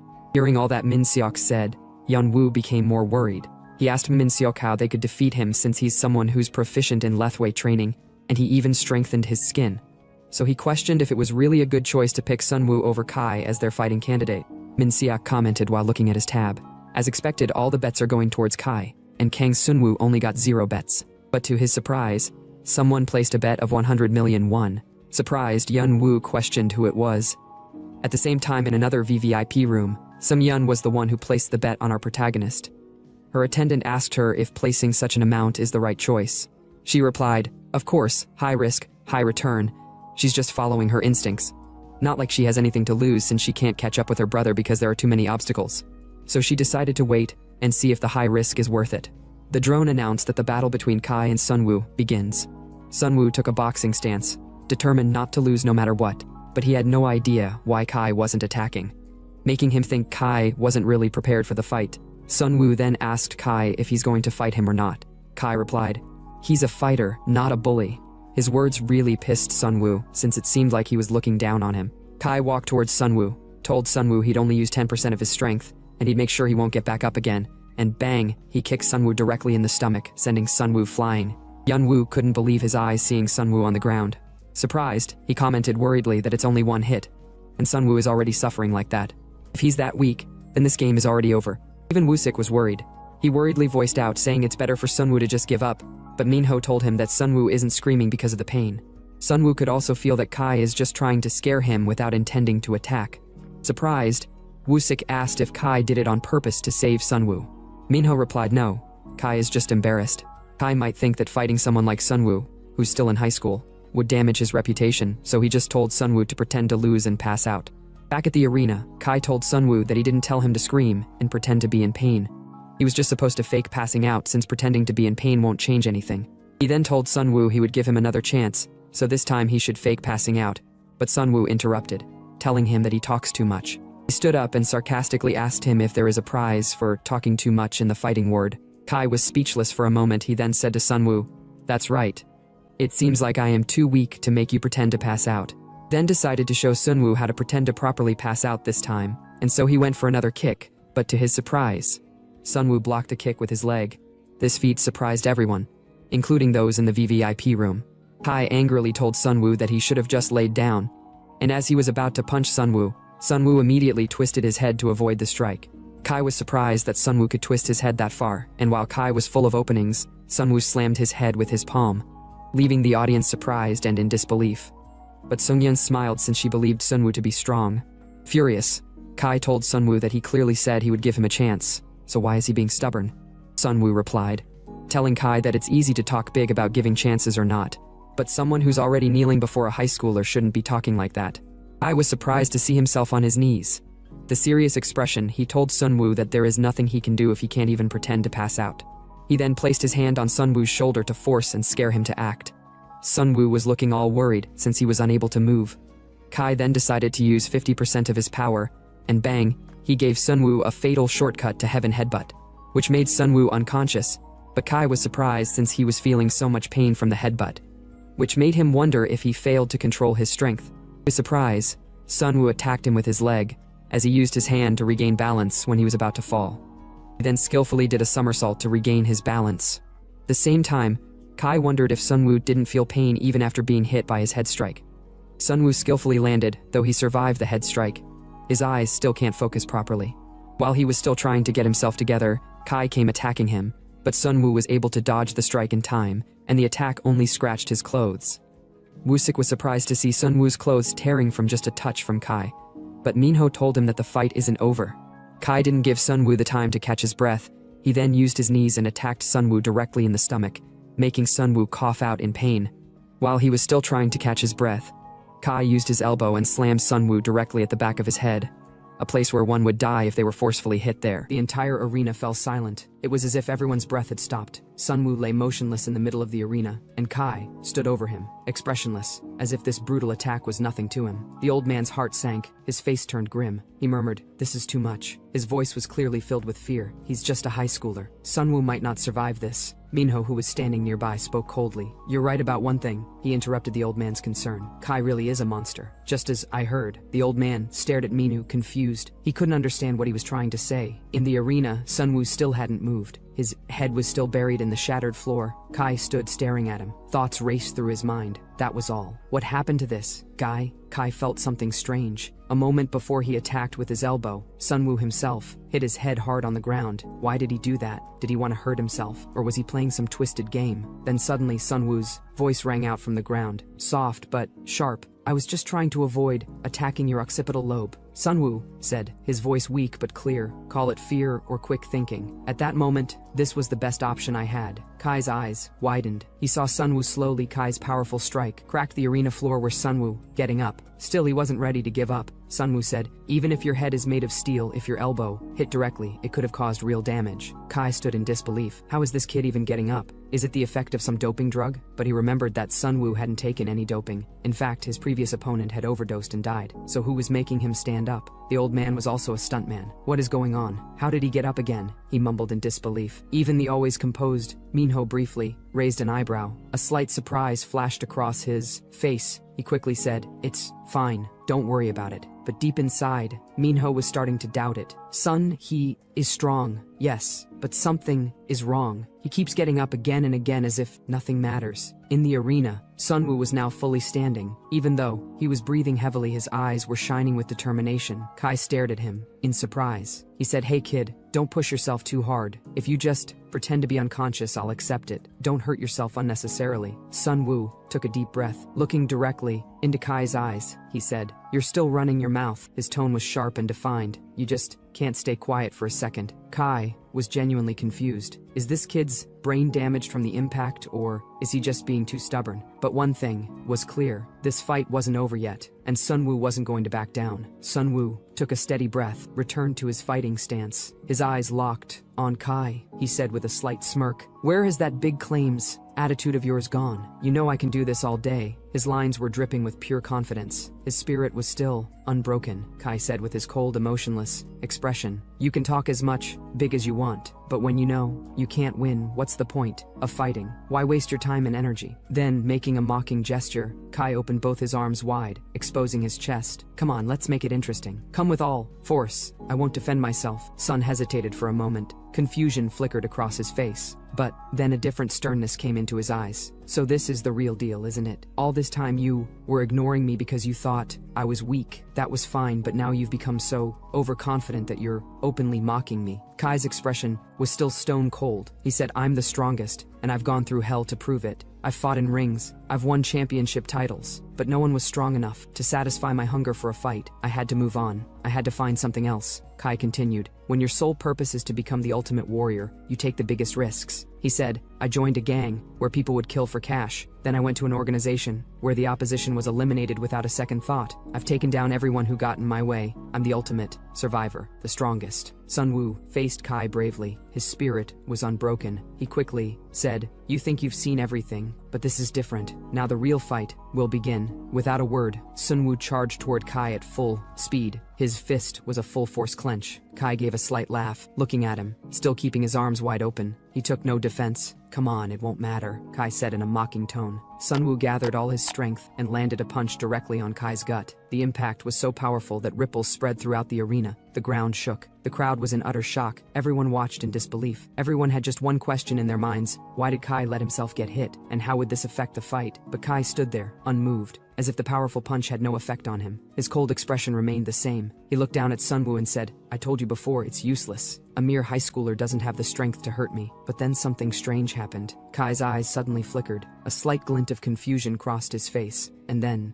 a feeling he hadn't felt in a long time. It felt as if something inside him had broken, as if a piece of glass had been shattered from within. Sunwoo didn't waste a second. Seizing the opportunity, he landed another powerful punch to Kai's side. This time, Kai's stoic expression changed slightly. He felt the hit. The shock rippled through his entire body. He had never felt such pain in all these years, and it shook him to the core. Kai hadn't even understood the situation when Sunwoo threw a swift kick at his head. But this time, Kai didn't repeat his mistake. He easily blocked the kick, and his face twisted with anger. "How dare you!" Kai roared. His voice was filled with pure fury. He countered with a vicious punch. It was so powerful that even a rock would have exploded. Sunwoo felt the sheer power of Kai's punch and tried to dodge, but the speed was so crazy that he couldn't dodge. Kai's elbow lightly grazed Sunwoo's chest, yet the force was enough to cause a deep, bloody cut. Sunwoo felt searing pain, but still he held firm. He didn't let the pain show in his face. The atmosphere in the arena was now pure electricity. Everyone was on edge. The tide of the battle had turned. Both fighters understood. This was going to be a brutal and relentless fight. Sunwoo's face tensed. He realized that he hadn't dodged Kai's last attack cleanly enough, so he quickly distanced himself. An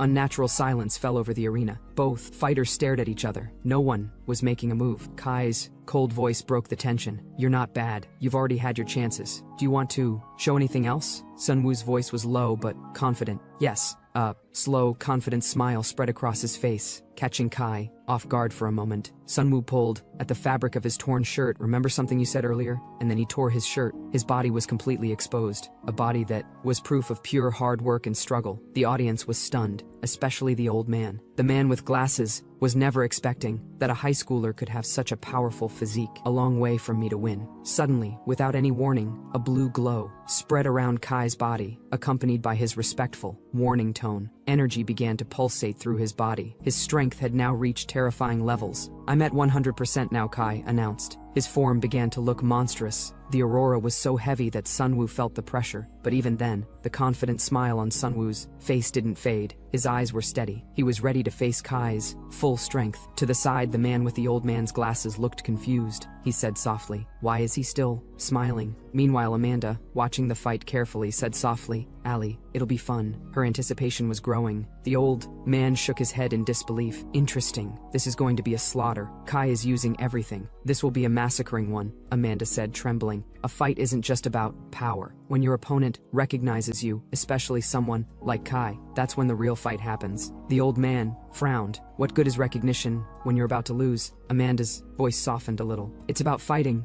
I've felt it too, when people underestimate you. But when they finally take you seriously, that moment is the real victory." On the sidelines, Minho, also in a calm voice, said, "I get it. People used to doubt me because of my size. But when you force them to take you seriously, when you see that fear in their eyes, then you realize all the hard work was worth it." For the first time, a small smile appeared on Minho's face. The old man was still a little unsure, but he muttered, "Maybe now." Sunwoo looked Kai in the eye, saying in a steady voice, "I'm guessing now I'm not going to get any free shots, right?" The tension in the arena grew even heavier. The stakes were sky high now. Both fighters were firmly rooted in their positions. The question now was whether Sunwoo could withstand a full night of Kai, a fighter who had never lost even when he went all out. Sunwoo broadened his confident smile. His energy surged again, and he declared, "I'll go first," and then charged toward Kai at full speed. His fist was filled with pure determination, but Kai still didn't flinch. He effortlessly blocked Kung's punch with one hand. Only one thought came to Sunwoo's mind: what is this guy made of? His punch resonated like it hit a concrete wall. Kai struck back with his other hand. Sunwoo somehow managed to block it, but the force of that one punch sent him crashing to the ground. The entire arena floor shook. Despite his defense, the impact was so strong that Sunwoo was left breathless. His body was already bearing the toll of Kai's overwhelming power. But Kai's attack didn't stop there. He focused on Sunwoo's weakened stance and moved with lethal precision to finish. He landed a powerful knee strike that the ground teared apart, tearing the arena floor apart. Sunwoo barely dodged the attack, rolling himself out of his arm's way. but a deep cut still formed on his back. The entire crowd was stunned by this sheer power. Even a close-range attack could cause so much damage. Mino, standing on the sidelines, also observed carefully and softly said, "He did it, but not completely." The fresh cut on Sunwoo's back was enough to prove how much deadly power was hidden in each of Kei's attacks. Sunwoo was desperately gasping and trying to catch his breath. Sweat was dripping down his face. One thought echoed in his mind: the power gap is too great. For the first time, fear struck Sunwoo. He could clearly see now that Kei wasn't just powerful, he was a complete monster. He stood before him like a big mountain. Kei looked at him coldly and said, "Now you can see the gap between us. No matter how hard you try, it's impossible. So why are you continuing to fight?" Sunwoo's gaze deepened. A new determination shone in his eyes. He said in a low but defined voice, "Don't make me laugh. You're not the only monster here. I too have been treated like one my whole life." With this, Sunwoo bent down, gathered all his strength, and pounced on Kei with a powerful elbow strike. But Kei, while remaining calm, moved his body slightly and dodged the attack with ease. Sunwoo missed his move and lost his balance, but he wasn't one to give up. He immediately composed himself and re-attacked for a brutal headbutt. A wicked smile spread across Kai's lips. He said coldly, "Now it's my turn." They both headbutted together. Their bodies collided hard, but Kei was again faster and stronger. Sunwoo's entire body shook with the shock. His knees buckled, and he fell to the ground.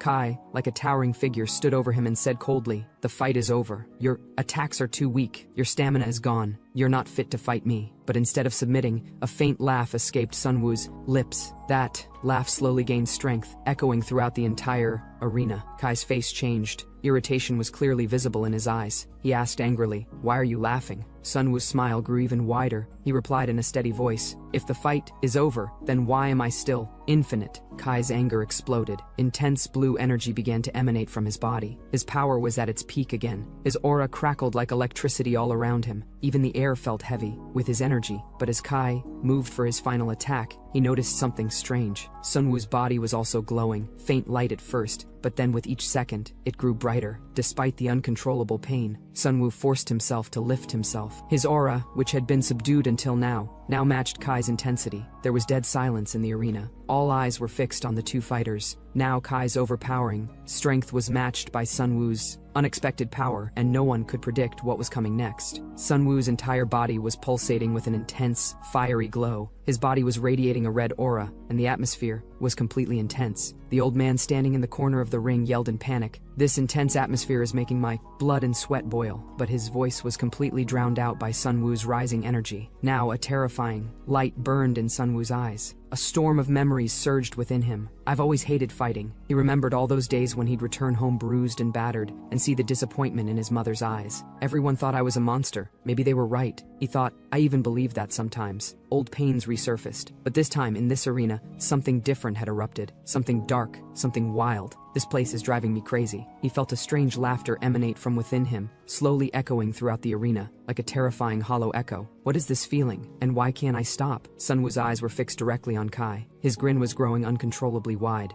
"I have no choice. I must fight through this. I must win." As soon as Sunwoo's wild aura was triggered, Kei also moved at lightning speed. He landed a powerful kick, aiming for Sunwoo's head, but now something had changed. Sunwoo's instincts had suddenly awakened. In an impossible move, he twisted his body in the air, like a spring, and flipped over Kai's attack. In midair, Sunwoo stretched his hand and grabbed Kai's face. His fingers dug into Kai's skull. Kai's thoughts hadn't even finished when Sunwoo landed a brutal headbutt to his face. A bone-cracking sound echoed through the arena. Kei stumbled back. His mind went blank. How had he become so strong? But Sunwoo didn't stop. Using headbutt's momentum, he delivered a midair somersault and landed with both feet on Kai's bag. The impact was so powerful that Kei slammed straight into the arena wall. Cracks formed on the wall. The audience simultaneously held their breath. Pure shock was visible on every face. Kei, groaning in pain, tried to get up. His chest was pounding, making it difficult to breathe. How was he moving like this? Panic filled his mind, but before he could think, a furious punch came towards him with lightning speed and hit him directly in the face. He was thrown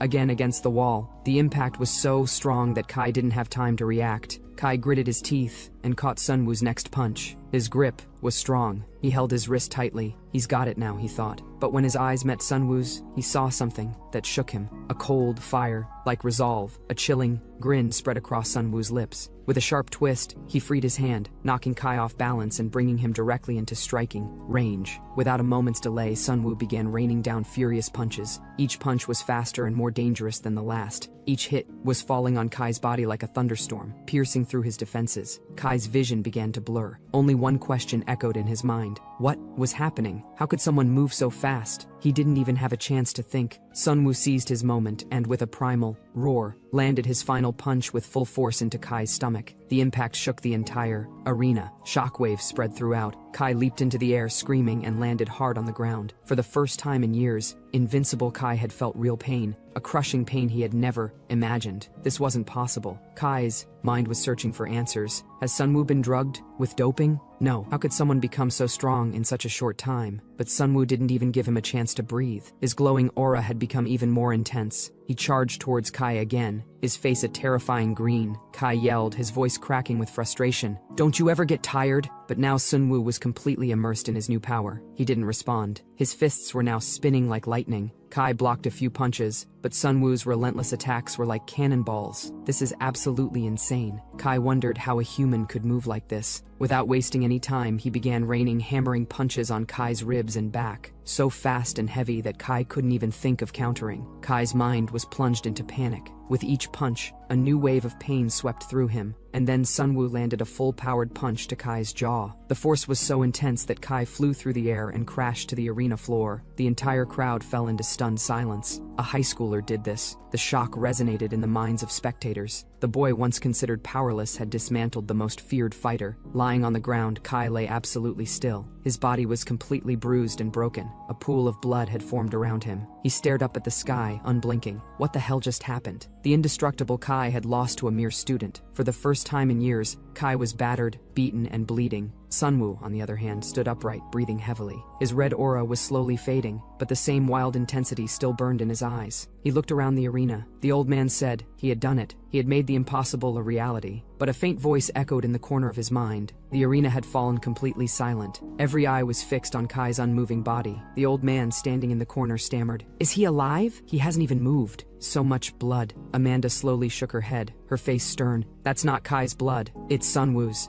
The man's eyes widened in surprise. What? Amanda explained. All the blood on Kai was from Sunwoo's fists. His hands had been worn down from punching Kai's hard skin. In the center of the arena, Sunwoo's breathing was ragged. He looked down at his fists. The skin was completely torn, bones visible in some places. What is this? He winced in pain, thinking. Everything hurts. It felt like muscles were being torn from the inside. His vision blurred, and in disbelief, he saw Kai was getting back up. The girl's voice in the very important person room trembled. How is Kai getting up after taking all that from Sunwoo? That's impossible. The bald man leaned forward, his eyes focused on the fight. Kai is using his skin-hardening ability like armor. It's not just protecting him, it's also damaging Sunwoo. Look, his fists are completely torn up, exposed to the bone. The girl's heart sank. You're saying Sunwoo can't beat him? We're gonna lose this fight. In the arena, Kai slowly stood up, breathing heavily. This pain. I've never felt anything like this. What is this kid made of? Why won't he back down? His eyes were swimming. He blinked hard. I'm at my limit. I can't see anything. I have to end this now. Kai took a deep breath, looked Sunwoo in the eye, and raised his hands in a fighting stance. Let's end this kid one way or another. With new determination, Kai charged towards Sunwoo, but Sunwoo dodged. His instincts were even sharper. Kai's kick missed him, and Sunwoo, clenching his broken fist, punched with all his might. How is he still this fast? Kai thought, blocking the punch, but the impact sent a wave of pain through his entire body. But Sunwoo felt worse. His fists were completely destroyed. Each punch was causing more damage. Blood was dripping from his knuckles. The arena floor was red. I can't feel my hands. Are my hits still landing? Kai sensed Sunwoo's frustration and sneered. Come on, kid. Let's tear each other apart. With a dangerous glint in his eyes, Kai jumped back into the fight, throwing himself completely. We will keep going until nothing is left. Both fighters launched a relentless barrage of punches. Neither was willing to back down. Sunwoo's fists screamed in agony, while Kai's skin acted like a brutal shield, turning every strike against Sunwoo. Sunwoo's body was broken with exhaustion. His fists were numb, the pain was unbearable. His thoughts began to blur. It feels like my mind is slipping.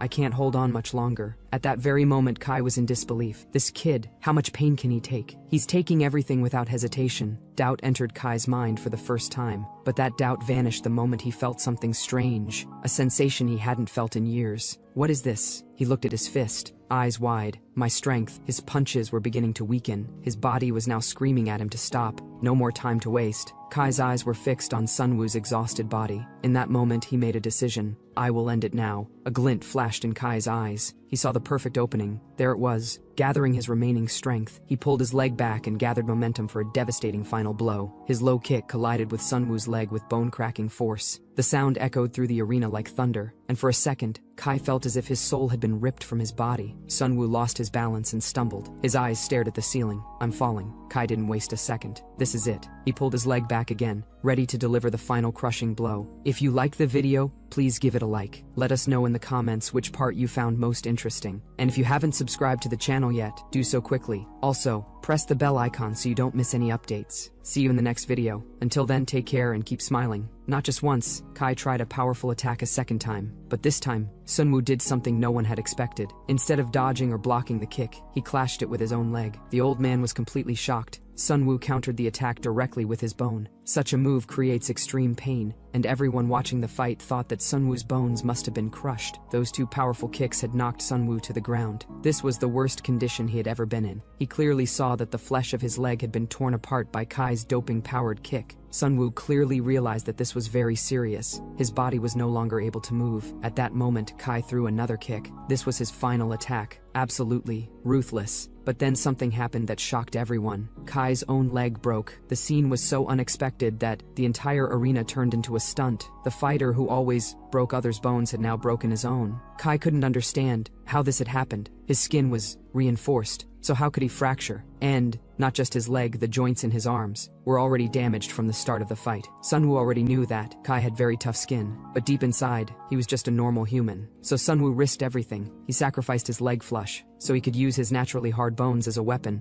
and the move worked. The impact shook Kai's entire body, and his bones cracked. Manager Yun Woo was stunned. How is this possible? Even though there wasn't a visible external wound on Kai's body. Kim explained that his bones were already damaged. They couldn't withstand the impact. Sunwoo's bones were as hard as steel. It was as if Kai had hit him with a bare hand. His skin may be reinforced, but inside, he's still human. And with that, the winner was absolutely clear. Sunwoo let out a loud shout of victory. The old man watching the fight was filled with joy and amazement. Sunwoo was truly a miracle kid. He was still standing even after enduring such a brutal fight. Minyo was now completely convinced. Sunwoo was definitely hiding something. No normal person could have this much power without doping. Meanwhile, the boss of the underground arena was monitoring the entire fight. He asked, "Is this boy really fighting without doping?" The professor confirmed, "Yes, that's what the report says." And as soon as all the matches in the first round were over, he would test him again just to confirm. The man was now determined to know everything about this boy. Who is he? Where did he come from? The first step was to trace the identity of Sunwoo's parents, because such power wasn't normal at all. Meanwhile, at the hospital where Sunwoo's mom and dad were admitted, a man silently entered the room, causing Sunwoo's mom to wake up. They thought it was hospital staff, but no, it was two men in suspicious black suits. Back at the arena, Sunwoo was covered in injuries after the brutal fight and was taken to the recovery room. Manager Yanwoo, when he saw Sunwoo's condition, began to doubt whether he would be able to win the next round. During the physical test, Manager Yanwoo and Kim were secretly planning to inject Sunwoo with doping without his knowledge. If Sunwoo won the next fight, he would become a potential candidate for the top championship, but his upcoming opponents would be much more powerful. Manager Yanwoo was a little hesitant because, according to the rules, doping can only be administered if the fighter consents, but the boss explained to him that it would only be a test to see if there was a reaction on Sunwoo's body, and if there were any, there would be no visible change in his body, so it wouldn't be detected. He believed that Sunwoo's body was different from normal humans, and it was possible that doping would have no effect on him. If this were proven, the boss would decide whether to keep Sunwoo as a fighter or not. Sunwoo was lying on a bed in the recovery room, when a man quietly came in with a syringe. Meanwhile, manager Yanwoo and Kim were discussing in the fighting arena that, according to the rules, one more win would put Sunwoo in the top 16, where only high-bet fighters were allowed entry. Manager Yanwoo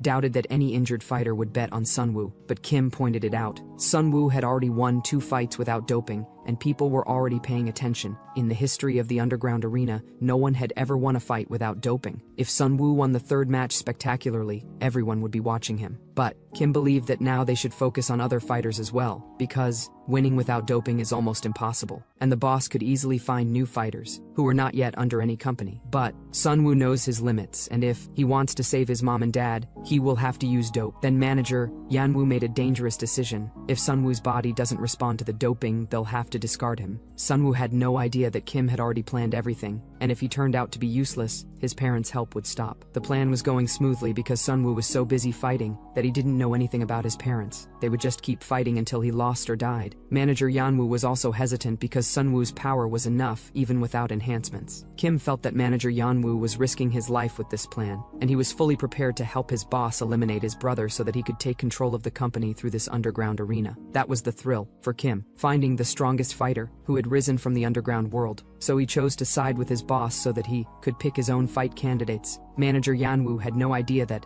the man he had trusted for so long had such a scary personality hidden within him. Shortly, the agent returned with the doping results, and the results were shocking. Sunwoo's body wasn't responding to the doping, which was extremely rare. Kim was now absolutely sure that Sunwoo's body couldn't absorb the doping, and this was quite disappointing, because the boy had extraordinary bonuses. Manager Yanwoo also decided to stop Sunwoo's parents' treatment so that everything could be resolved quickly. That means he now wants his parents out of the way. A short while later, all the fighters were gathered in the fight lobby. Seeing this, Manhua was convinced that the selection of 67 fighters had been finalized. The old man was a little worried because he hadn't seen Sunwoo yet, and he thought that perhaps Sunwoo hadn't fully recovered from his brutal fight. On the other hand, Amanda liked this pause because, according to the rules, the next round would only begin when all participants had recovered. Mino was shocked when he saw Amanda stretching her legs because her legs seemed boneless. Everyone in the arena was at risk of injury. Fighters sometimes even died. These 3 somehow survived and made their way among the 62 winners. Mino was amazed to see that friendly old man's hidden power. After all, his hands were so large that he could easily overpower his opponents. The old man laughed to himself and said, "Man, I didn't think the effect of doping would work so well with my muscle power." Not just the old man, but Mino now began to understand that Amanda was no ordinary fighter either. One special feature about her was attracting everyone's attention. She didn't use her hands in the fight, but Mino still couldn't understand how Amanda's opponents fell because her moves were so fast that it was difficult to understand. When Minu asked her the secret, Amanda smiled and evaded the answer. "I won't tell you now. Who knows, tomorrow you might become my opponent." Meanwhile, manager Yanwoo had returned to his office. He asked Kim if he could recommend a suitable candidate. Kim immediately forwarded a file. It said, Ryo Ichika, the fighter who was supposed to face Sunwoo in the next round. This was perfect for Kim because it would free him from both Sunwoo and his family. Meanwhile, in the recovery room, Sunwoo woke up and began calling for his mother in panic. The problem was that this wasn't a dream. He had actually heard that the agents who had come to secretly inject him with doping were talking to each other. If his body didn't react, they would eliminate his parents and finish him off in the fight. Now Sunwoo decided that he must immediately get out of here and save his parents. At the underground arena, in the director's office, the director asked the scientist what he had discovered about Sunwoo's body. The scientist explained, "As we suspected, this boy is extraordinary. Doping has no effect on him. His vital energy levels are 10 times denser than those of humans. It's practically impossible, like some rare gift from God. And not only that, Sunwoo's recovery ability is also abnormal. It's not normal healing, but a kind of regeneration." As soon as the scientist gave the report to the boss, the director's reaction was completely unexpected because it was truly unbelievable. Until now, they had been researching physical regeneration doping, and now they began to believe that Sunwoo's body might be the key to their entire research. Then, the director asked if Sunwoo's parents had been saved so that he could be kept under control, but the scientist, embarrassed, replied that someone else had taken them away before his people could arrive. Sunfu, meanwhile, was in a panic. He quickly opened the door so he could escape, but as soon as he opened the door, a girl was standing in front of him. She smiled and said, "Hi, I'm Chasungan." But Sunwoo didn't have time to talk. He had to leave urgently. Then Chasungan dropped the bombshell. "You don't need to look for your parents. because I've taken care of them. Meanwhile, manager Yanwoo received news that Sunwoo's parents had disappeared. Kim guessed it might be the work of the underground people at the arena. Manager Yanwoo thought it wouldn't be a wise decision to interfere in the arena's affairs, so he ignored it. Then Yanwoo asked, "Have you contacted the next fighter?" Kim responded nonchalantly, "Don't worry, all fighters can invite very important person guests at any time. All you have to do is pay, regardless of the zone." Meanwhile, when Sunwoo hears the news about his parents, he explodes with anger. Chasun calmly tells him to shut up if you want to save your parents. Running away would be the wrong decision, but Sunwoo was adamant. "I will destroy anyone who stands in my way." That's when Charsung reveals the shocking truth. The person who brought you here now wants to cut off all ties with you and eliminate your parents as well. He also reveals that the loan shark whom Sunwoo beat up at home is now looking for him. Charsung tries to impress him by coming to meet him in person, without any bodyguards, so that she can talk to him directly. Sunwoo, surprised, asks, "Who are you, and why are you doing all this?" Charsung smiled and said, "I just want one thing,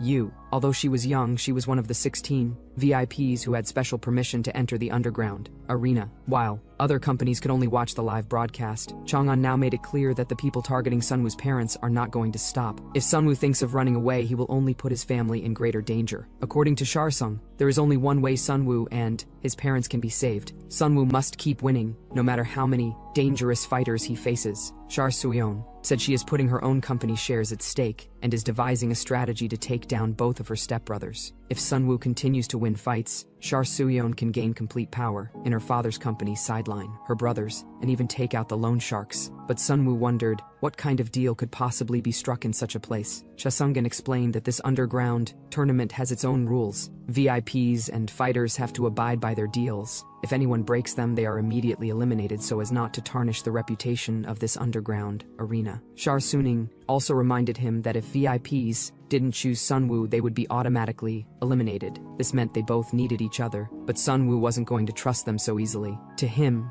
these were all rich people just out to exploit him. Chasungan had no physical proof that his parents were with him because everything is taken away upon entry into this place, except for his clothes. Still, Chasungwoo confidently said, "I know secrets about your parents that even you don't know, things related to your genetics." Hearing this, Sunwoo was genuinely shocked. He himself didn't know so many details about his family's past. Just as he was about to ask more, the door opened. Time was up. Before leaving, Chasungwoo whispered in his ear, "I'm risking everything to save your parents. You don't need to run away. Just keep the deal. Fight and keep winning." At the beginning of the scene, we see that suddenly, the door slammed open, and both of them turned in surprise. A guide drone was entering the room. Sunwoo was stunned. Char Sangyan's words left him completely silent. For the first time, he had nothing to say, caught between disbelief and a faint hope. Then the drone stopped in front of them, and said in its own voice, "It's checkout time." And then Sangyan left. Sunwoo stood there. Their conversation echoed in his mind. Every word, every detail was revolving in his mind. As if everyone was pushing him to trust. He was trapped. Here, no one could be trusted completely. But now he was faced with a decision that could either save his family or destroy them. He could feel the weight of that pressure. The scene now shifted to the fighting wards. Room number 10, a 5-person room, where Sunwoo's roommates were gathered. Each fighter stood with their guide, and the old man was watching the prize money rankings on a large screen. He announced to the room,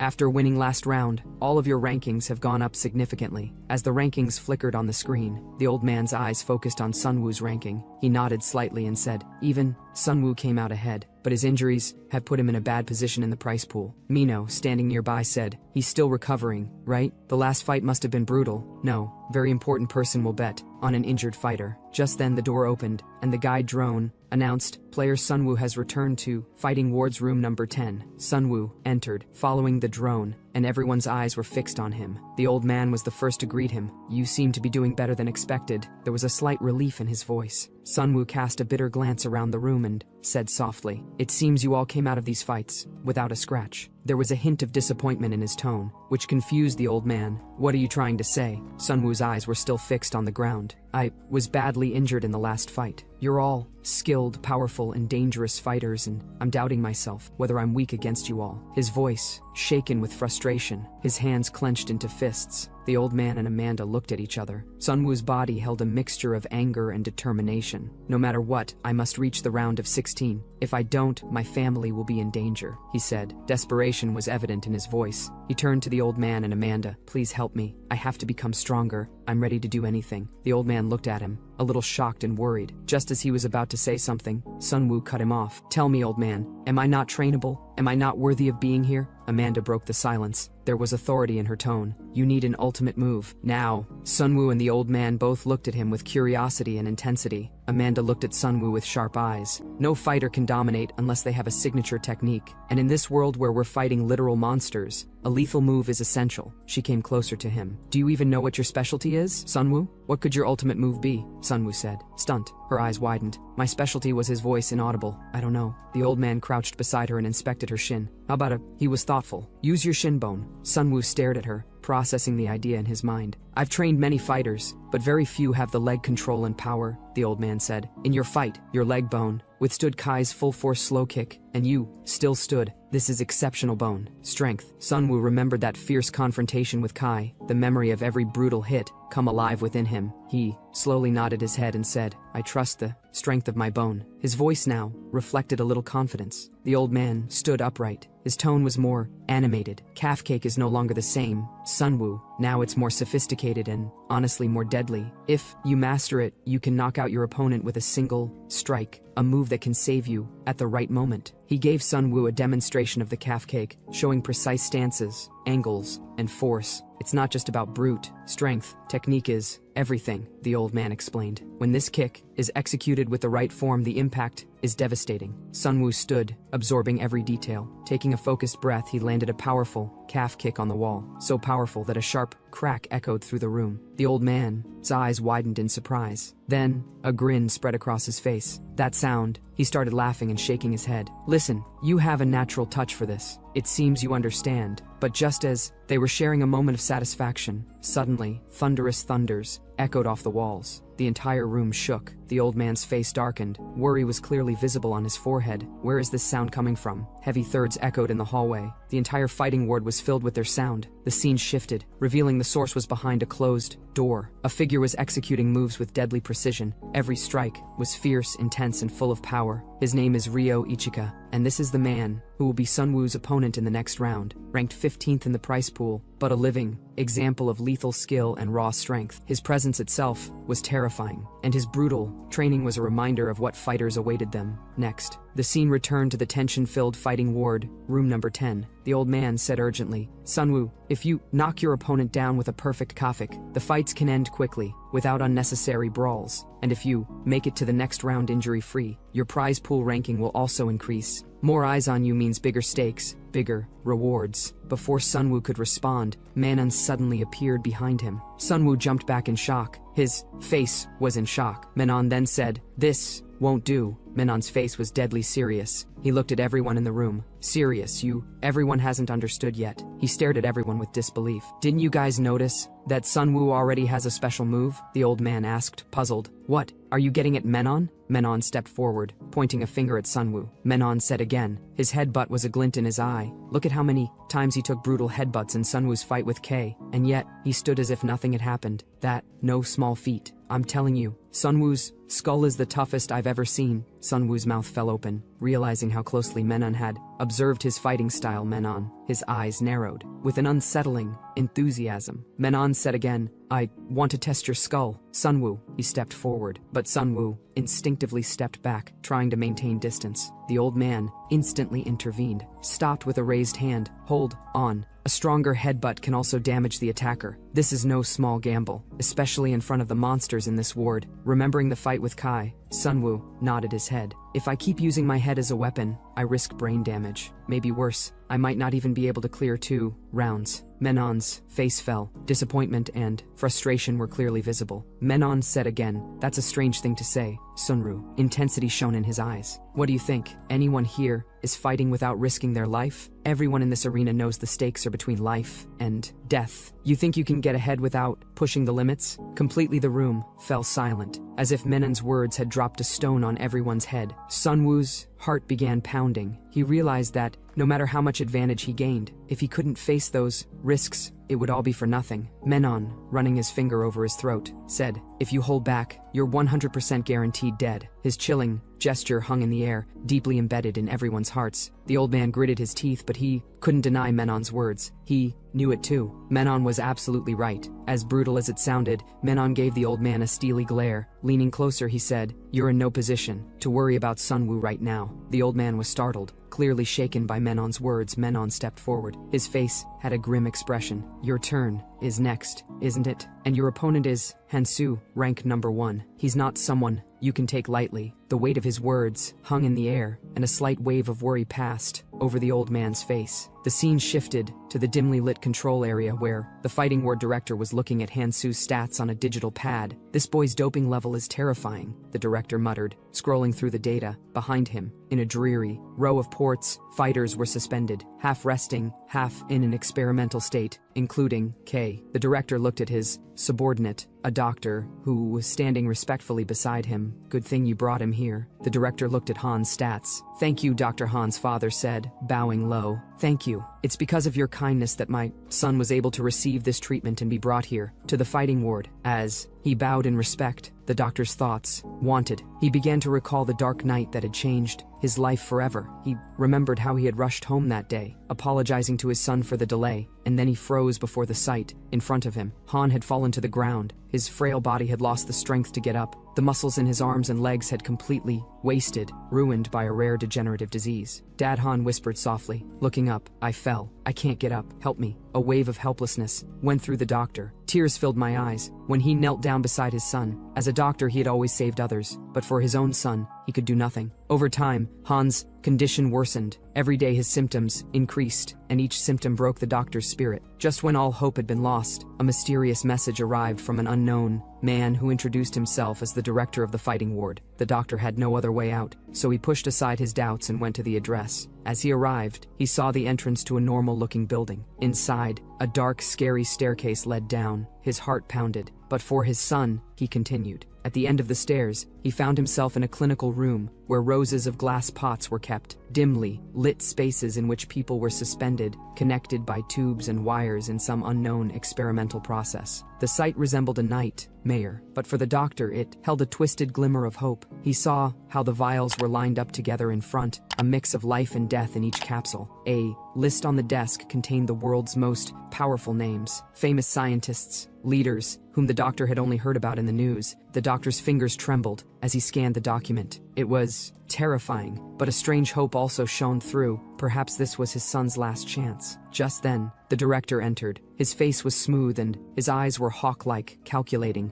"Well, doctor, it seems you understand what we are dealing with here," he said with a slight smile. He extended his hand and said, "This is your chance to save your son and do something monumental. Join us. You'll get all the resources, and we'll take complete care of your son. Consider this a collaboration." The doctor's mind raged. A part of him was screaming, "Don't trust this man," but another part of him, the one broken by his son's pain, was ready to listen. His eyes filled with tears, and he froze, caught between duty and desperation. Terror finally overcame hope. He turned and ran. He reached his home without stopping. He burst through the front door and called out for his son. But what he saw wrecked his soul. Han, with his frail, bruised body, was suffering from that wasting disease. He was broken. He was trying to hang himself. The doctor grabbed Han tightly and pulled him down. Holding him tightly, he himself was crying. Han whispered softly, "Please, Dad, it hurts too much. I can't live like this anymore." At that moment, the doctor understood. This fight was over. He couldn't bear to see his son's pain anymore. The next day, he returned to the hospital and accepted the director's terms. There was no turning back. The man who had once vowed to save life, now, his decision had given birth to a monster who was none other than his own son. The scene snapped back to the present. Han was standing in the arena corridor. The buzzing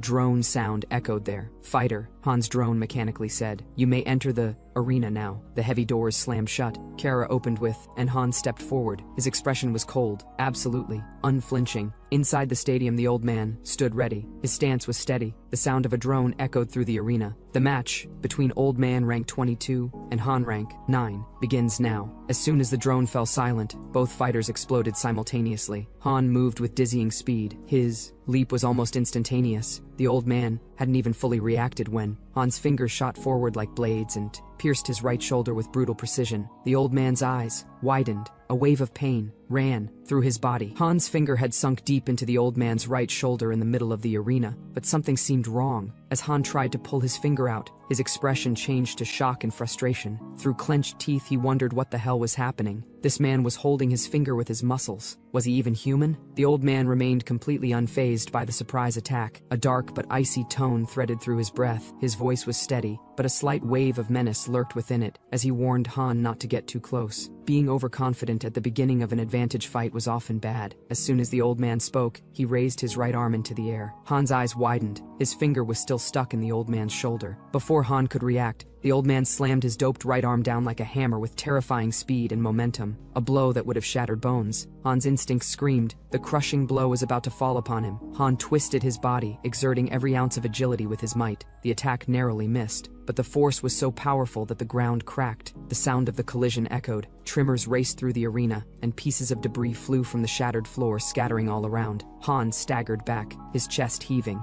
deflecting the flying debris. His finger finally left the old man's shoulder, but the narrow escape left Han's hands trembling. Amidst the chaos, Han quickly distanced himself and stood, holding his breath as if in an arena. Both fighters reset their stances, assessing each other. Han's breathing was heavy. Sweat dripped down his temples, but his eyes were locked on the old man. What was this? Was he even human? How did he have such power in him? Han's mind raced. Meanwhile, the old man stood upright, his cold gaze fixed on Han. His face showed no sign of fatigue. He spoke suddenly, his voice piercing through the tension, remarking that Han's dagger fighting techniques were impressive. But if Han wanted to play like this, the old man would show his version, and his expression darkened. The atmosphere in the very important person room was tense. Manager Yanwoo sat engrossed in his chair, watching the fight. He turned to Kim and asked who the fighter was. Kim tapped the device while adjusting his glasses and replied that the fighter was Mr. Park, a former bodyguard who specialized in Krav Maga. Manager Yanwoo's eyebrows rose slightly at the name Krav Maga. Kim explained that in the mid-20th century, when violence against Jews began to rise, a Jewish soldier developed this martial art to protect common people. The martial art had been formed by combining practical techniques from different countries, making it combat-focused and specializing in close-quarters combat. Manager Yanwoo's eyebrows furrowed. Martial arts designed for protection would be weak in offensive combat, not their type, and he waved his hand dismissively. Kim's voice then became serious, suggesting that the defense method might in fact require hitting the opponent. The scene cut back to the arena where tension had reached its peak. Both fighters stood staring into each other's eyes, and the crowd held its breath. The old man broke the silence and moved at lightning speed, unleashing his dagger fighting technique, with swift, precise strikes toward Han's face. A mocking smirk played on Han's lips as he slowed. His movement became like that of a shadow, effortless and dodging. The old man followed up with another attack, but Han glided through the air. Then, with lightning-fast precision, Han landed a sharp strike on the old man's temple. The impact sent the old man's glasses flying and a pen slipping from his body, but Han had already retreated, untouched, his gaze green and predatory on his prey. The old man did not waver. He charged again with determination, thinking he must catch Han somehow. Han observed that the old man's body was unbalanced, essentially one big arm, and wondered if he could keep up with Han's speed. No matter how much he stumbled and ran after Han, would all be in vain. Realizing brute force would have no effect on Han Min-soo, the old man changed tactics. He crouched, planted his powerful right hand into the ground to support himself, then thrust forward and reached Han with such force that Han himself was shocked. As the attack landed, Han slammed into the arena wall with a thunderous impact. The ground beneath cracked like a spiderweb and dust and debris flew into the air. Han's inhuman agility, his greatest weapon, spared him. He twisted his body and narrowly avoided serious damage. The old man did not break. He launched a relentless flurry of attacks, each blow faster and more powerful than the last. Yet Han dodged each strike effortlessly. His movements were so precise they seemed insulting. Han's grin widened and he taunted, telling the old man it was useless and to try harder. Seeing an opening, Han approached quickly, slipping through the old man's barrage like water. His counterattack was brutal. A vicious strike to the old man's side caused the old man's face to contort in pain and blood to gush. But Han did not stop. His eyes glazed over and he snarled at the old man, calling him grandpa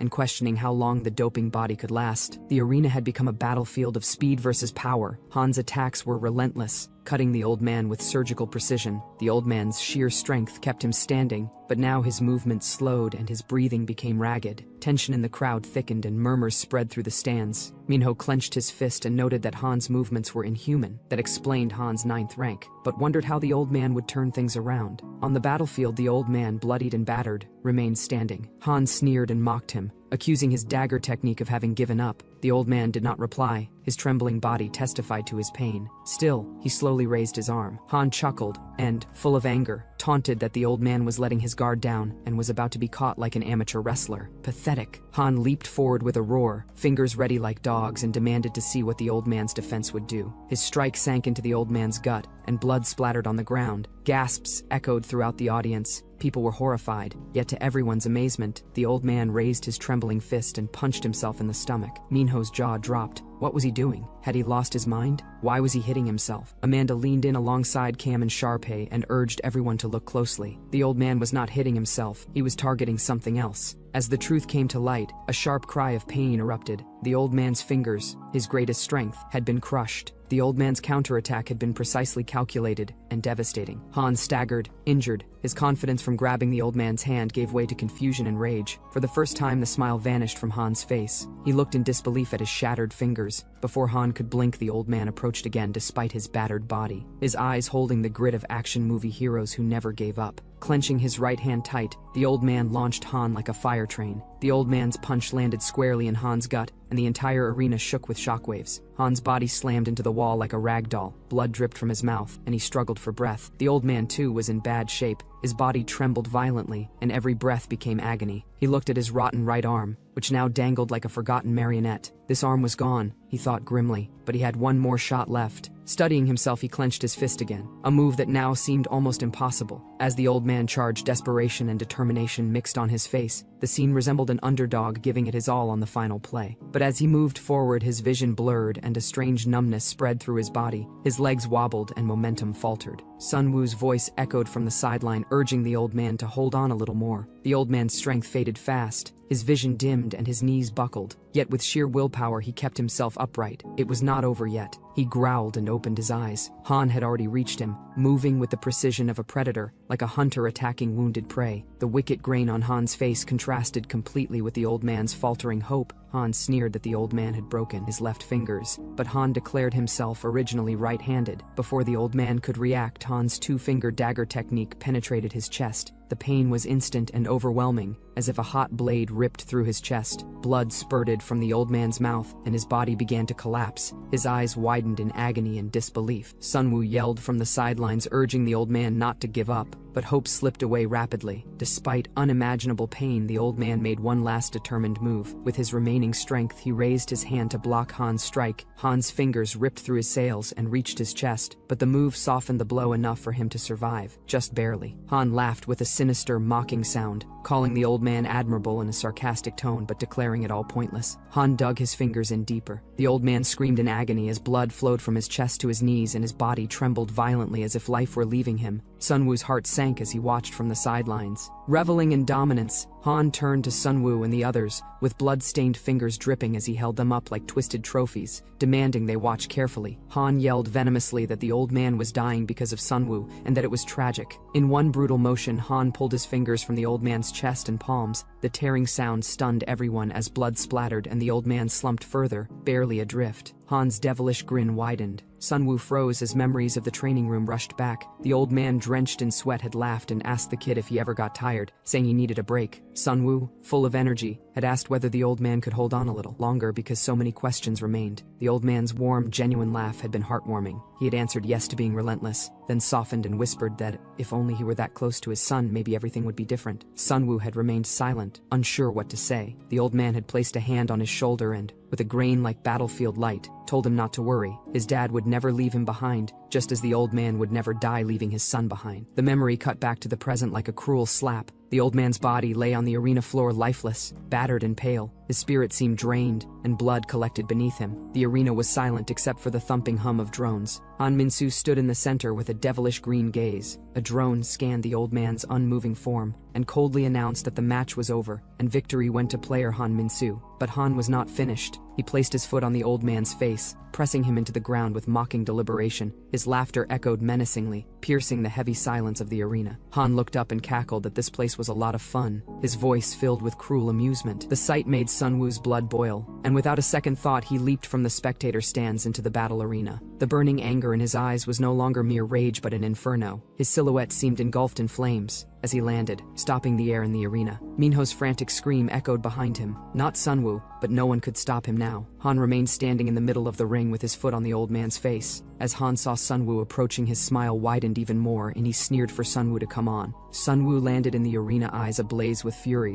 while Han's foot stayed pressed on the old man's face. Sunwoo roared for the foot to be removed, or there would be consequences. Han laughed mockingly, with an almost sisterly undertone, asking if Sunwoo worried about his mentor and daring him to come shake him up himself. The challenge was clear, and Sunwoo's rage became uncontrollable. His body began to glow red, the same terrifying aura that had appeared during the fight with Kai. Sunwoo was about to charge when a drone flew in front of him, firing weapon aim, and warned that fighting without permission would result in immediate termination. Sunwoo did not care. His fists tightened and he roared, removing his foot and launching himself toward Han. Han, grinning like a predator, prepared for Sunwoo's attack and taunted to let him see Sunwoo's strength. Meanwhile, Minho jumped into the arena shouting that they had to stop Sunwoo and ran toward him when a blur passed like lightning. Minho was stunned by the speed. It was Menon. In a flash, Menon reached Sunwoo, leapt onto his back and held him in a tight chokehold, urgently scolding him and telling him to use headbutt training correctly if he had been taught. Sunwoo flew into a rage, ordered Menon to let go, and Menon tightened his grip. Menon then tripped Sunwoo, causing him to fall with a thud while Menon tightened the choke and Minho pinned Sunwoo's legs.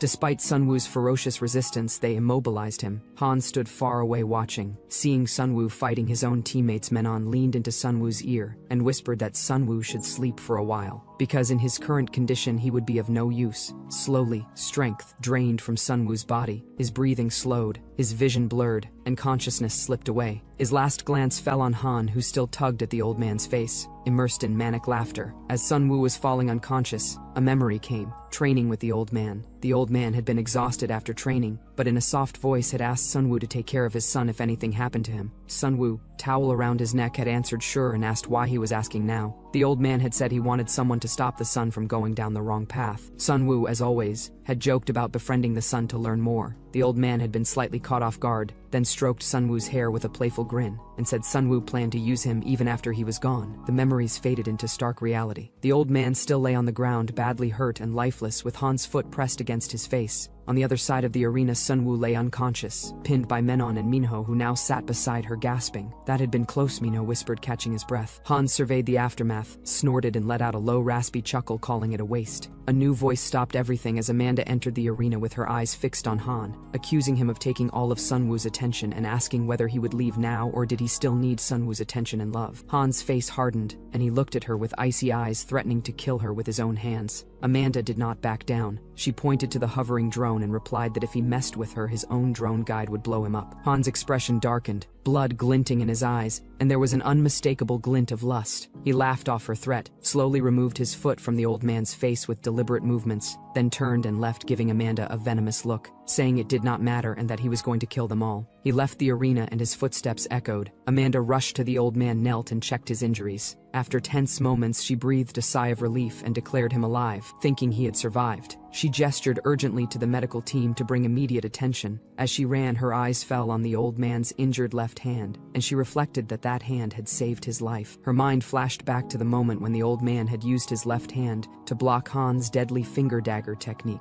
The move had been precise, delicate, and life-saving. Without it, the outcome would have been far worse. The medical team placed the old man on a stretcher and carried him out quickly. Amanda paused to watch. The scene shifted to the very important person room where manager Yanwoo sat with his teeth chattering in excitement. Han Min-soo was a monster in every sense, he declared, and asked Kim how Han used his fingers as weapons. Kim adjusted his glasses and explained that Han's doping was very different and special. Most strength-enhancing doping enlarged muscles in size but did nothing more. In Han's case, the tissues surrounding his bones, tendons, ligaments, and sheaths had all developed abnormally, making him possibly even more functional than Sunwoo, despite Sunwoo's own bonuses. Manager Yanwoo's eyes narrowed and he suggested bringing Han to their side immediately. Kim nodded but said Han Minsu was directly handled by the director, so easy access was not possible. Manager Yanwoo grew frustrated, but Kim calmed him, saying there were still many amazing fighters coming up, especially the one in the next match. Manager Yanwoo leaned back intrigued. The next match featured a female fighter practicing capoeira. Kim explained that capoeira had been disguised as a dance by African slaves in Brazil under Portuguese occupation to hide its martial intent. It seemed like a dance, but was filled with suffering and pain, and later became associated with crime and even banned, making it dangerously effective. The scene shifted back to the arena where Amanda stood with rank 19 in her chosen capoeira style while a drone hovered above. The drone announced players to enter and prepare. Amanda focused on her opponent without turning her head and analyzed him thoroughly. Waksu, ranked 10th, entered confidently. His mixed martial arts technique was lethal and dangerous. The drone declared the match between Amanda and Waksu began. Amanda took her fighting stance and radiated determination with every movement, while Waksu stood motionless, face blank. Amanda narrowed her eyes, thinking he was taking her lightly, and launched a flawless crane kick, twisting like an acrobat and cutting through the tension. She slashed and threatened to kill if he did not move. As her kick turned toward Waksu, her demeanor shifted. A sinister grin spread across her face and a dark chuckle escaped. In the very important person room, Manager Yanwoo watched wide-eyed, scanned Waksu's stats and noted his high ranking. Kim said Waksu was a mixed martial artist who, after sensory doping, had his kinetic vision greatly enhanced. Manager Yanwoo tilted his head intrigued, as Kim confirmed Waksu's extraordinary speed had earned him the nickname 10 Second A, because his matches ended in knockouts within 10 seconds. Manager Yanwoo laughed in excitement and considered recruiting him. Kim warned that if Waksu maintained his reputation this round, his ranking could rise into the top 5. Back in the arena, the timer counted down. Waksu stood motionless, watching Amanda's kick as a wicked grind spread across his face. He thought that even top-ranked fighters could be stuck in a defensive stance, and that his dynamic vision could see everything. At the last moment, Waksu almost dodged Amanda's kick, reached out and grabbed her leg in an iron-tight grip, chuckling that her game was over. Before he could gloat, his vision blurred and the world flipped. Waksu's face smashed to the ground with brute force as Amanda's sheer power and momentum turned the tables. Amanda's muffled voice wondered whether she had won in 10 seconds. She removed her foot and the arena plunged into shocked silence. She had defeated the so-called 10-second K in less than 10 seconds. The drone scanned Waksu's motionless form and declared Amanda the winner. Amanda looked down and stated that some techniques even enhanced senses could not detect. Amanda had defeated Waksu and become the winner. In the very important person room, Manager Yanwoo almost leapt from his chair bewildered. Kim remained focused on the arena and noted Waksu had misjudged the difference between technique and true power. Manager Yanwoo shook his head in disbelief, saying dodging an attack was not natural. Kim explained that a knockout kick first compresses energy on the opposite side of the impact point, then releases it to the final impact point. If the first strike fails, there's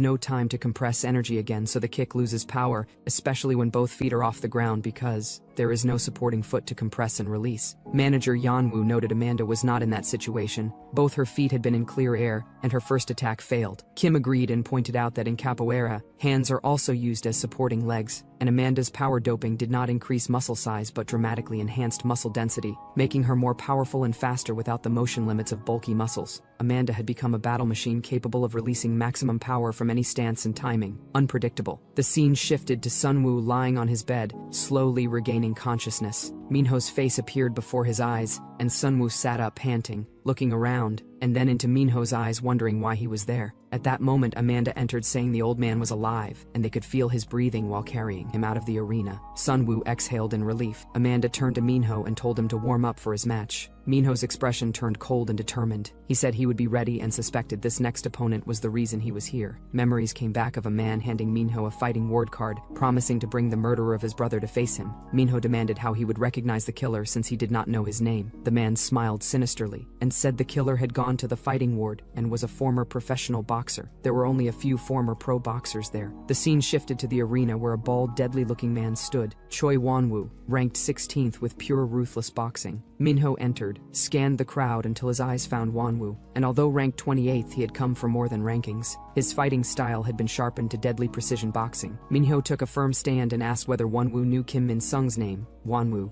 leaning arrogantly, said he could not forget him. Minho's face changed, eyes widening, veins bulging and teeth clenching. He felt as if he had risked his life just to find him. A blue aura flashed near his chest and Minho vanished in an instant, reappearing with a fist that shot forward like a bullet. The uppercut jolted Wanwoo's head and sent him reeling. Minho did not stop and landed a punch to Wanwoo's stomach that sent blood spurt flying. Wanwoo crumpled, but Minho continued with predator-like intensity and landed another powerful punch, flipping Wanwoo twice through the air before slamming him into the wall with a thud and cracking the concrete. Minho strode toward him, angrily demanding why Wanwoo had hit his brother. Wanwoo, breathing heavily and leaning against the wall, calmly said enough was enough. Minho paused, fists still clenched, as Wanwoo laughed and a blue aura glowed around his chest like Minho's. Wanwoo admitted letting Minho hit him to level up via doping, and in a flash stood up with unnerving speed and fluidity. Minho instinctively fell into a defensive stance. Confusion ran through Minho as Wanwoo's recovery happened so fast. Wanwoo grinned like a madman and declared the fun had just begun since both were on the same speed-boosting dope. Minho pulled back his fist, but Wanwoo vanished and reappeared next to him with a counterpunch. Minho also used his speed to vanish and moved out of range. Wiping blood from his mouth, he glared, passion burning but now cautious. The fight had only just begun. Wanwoo increased his speed and in an instant was beside Minho, asking menacingly where he was going. Doubt crept into Minho's heart. He could not find openings no matter how fast he went. Wanwoo's speed increased until Minho was outclassed. Wanwoo mocked that there was a level difference before Minho could react. Wanwoo's devastating punch landed squarely on his face, scattering Minho's thoughts and spitting blood. Wanwoo followed with another brutal punch that shook the arena and left Minho sprawled on the ground, bloodied and dazed, while Wanwoo stood tall with a triumphant, cruel laugh. Wanwoo taunted Minho that relying on speed doping carried risks, and his speed had been leagues ahead. Anger dripped from Wanwoo's face as he neared Minho's broken body and prepared to finish him. As Wanwoo raised his foot, Minho remembered his brother Kim Min-sung telling him, whenever he felt it was over, to take one last deep breath, that one breath would give him strength to stand again. Minho took a last breath. The doping surged through his veins, amplifying his strength and speed to the limit. Wanwoo's foot dropped, but Minho had vanished. His movements were so swift even Wanwoo could not track him. Minho crouched low, muscles coiled like springs, fists trembling with raw determination. Wanwoo glared, gritting his teeth. This was no longer just a fight, but everything Minho had sacrificed. Minho launched into the air at explosive speed, an unstoppable blur whose leap seemed to break the sound barrier. As he hurtled toward Wanwoo like a human missile, Wanwoo could not lift his guard in time when Minho's fist smashed into his chest with brutal precision and sent him stumbling back. Minho continued his assault and demanded why Wanwoo had killed his brother. Wanwoo coldly confirmed the rumors that Kim Min-sung had died, shocking Minho. The drone announced Wanwoo could not continue and Minho won. Minho stood there breathing deeply in a strange mix of disbelief and emptiness as notifications chimed from the very important person room that his game money earnings were skyrocketing. Behind the tinted glass, spectators commented that Kim Minho was amazing. In the director's room, the director watched intensely and told his subordinate that this had been Minho's second awakening and that it had occurred without doping. The doctor confirmed the experiment was yielding results, not as good as 20 years ago, but with the success rate now at 80%. The director, deep in thought, lamented that if the first awakened had not disappeared, they could have achieved more and wondered where that man had gone. The scene shifted to Sunwoo's training room where he practiced the cosmic technique taught by the old man, hitting the wall relentlessly as his feet struck again and again with increasing force. Drenched in sweat and gritting his teeth, Sunwoo insisted he needed to push harder. Minon scolded him sharply to stop before he tore the place down. Sunwoo looked around at the cracked walls but replied that if he had to fight monsters here, he had to push himself. He recalled the old man's guidance to push the body to its absolute limits and then sleep for recovery, dividing the day into training until collapse, then sleeping as if life depended on it twice a day to grow faster. But it only worked if stamina was like steel. Sunwoo untied heavy weights from his ankles and dropped them. They cracked the floor when they hit. Minin taunted that Sunwoo should be prepared for death, though he did not mean it literally. Sunwoo entered the sleeping pod and closed the lid. As he sank into darkness, only one thought remained. This was the third time, as the old man had said,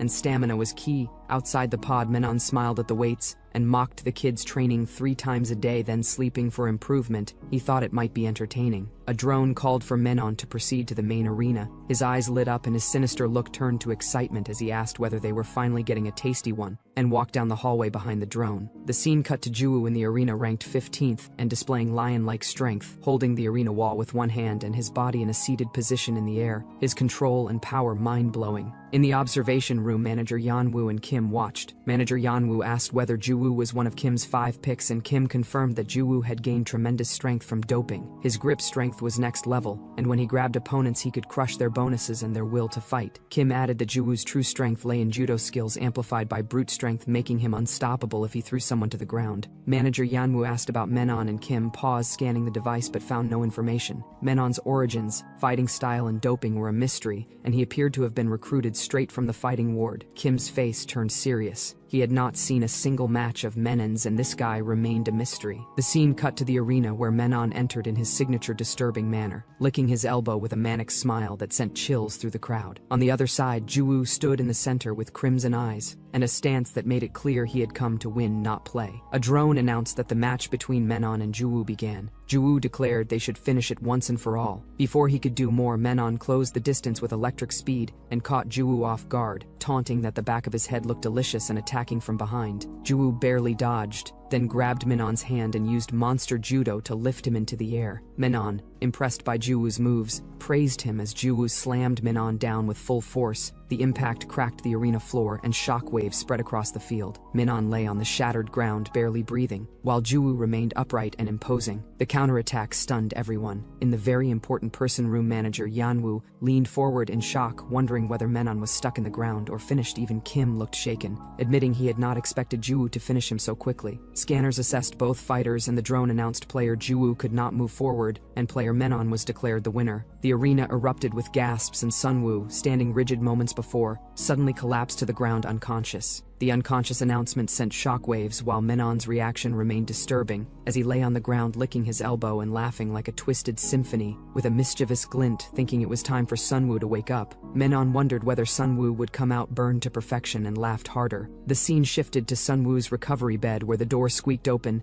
and a hand turned into a fist as Sunwoo began to wake. His breathing was steady, and something felt different. He wondered if the triple session recovery had worked. He sat up from the sleeping pod with one thing on his mind. Whether recovery had succeeded, he still had to face the next opponent. As his thoughts drifted, his expression darkened, and he recalled images of his mother. His fists tightened, and he wondered whether he could trust the lady who had come before. He wanted answers and knew Dr. Kim was the one who had brought him here. He had to talk to Kim. At that moment, a drone announced a scout had called him. Sunwoo was blindfolded to keep the location secret, and when he was told to remove the blindfold, he found Kim waiting. Anger surged as he recognized Kim, and Sunwoo rushed forward, grabbing Kim's collar and accusing Kim of betrayal. Kim remained unfazed, placed a hand on Sunwoo's shoulder, and told him to calm down, since if Kim died here, Sunwoo would gain nothing. Sunwoo's grip remained on Kim's collar, but Kim's words resonated, and he demanded answers about his parents' whereabouts. Kim lowered his voice, taunting that Sunwoo still had not understood, then revealed he was taking care of Sunwoo's parents. Sunwoo accused Kim of lying because someone else had been caring for his parents. Kim observed thoughtfully that a strange woman had come to see Sunwoo and had claimed to be taking care of his parents, but had presented no proof. He rolled up his sleeve and showed Sunwoo an inscription on his forearm that read in Sunwoo's mother's handwriting that Sun's mother was fine, with a date evidence that stunned Sunwoo into silence. Kim stated that whether Sunwoo believed it was his choice, but then shifted focus to a plan to regain VIPs. Interest: Sunwoo had to win his next fight against their favorite opponent Ryo Ichika, ranked 15th. If Sunwoo beat Ryo, the VIPs and Cha would have to back him, and all problems, including the parents, would be solved. Sunwoo, filled with frustration and doubt, asked who his next opponent was, and Kim confirmed Ryo Ichika would be his next fight and that Sunwoo had to prepare because it was easy, though Sunwoo thought otherwise. As Sunwoo walked to the arena,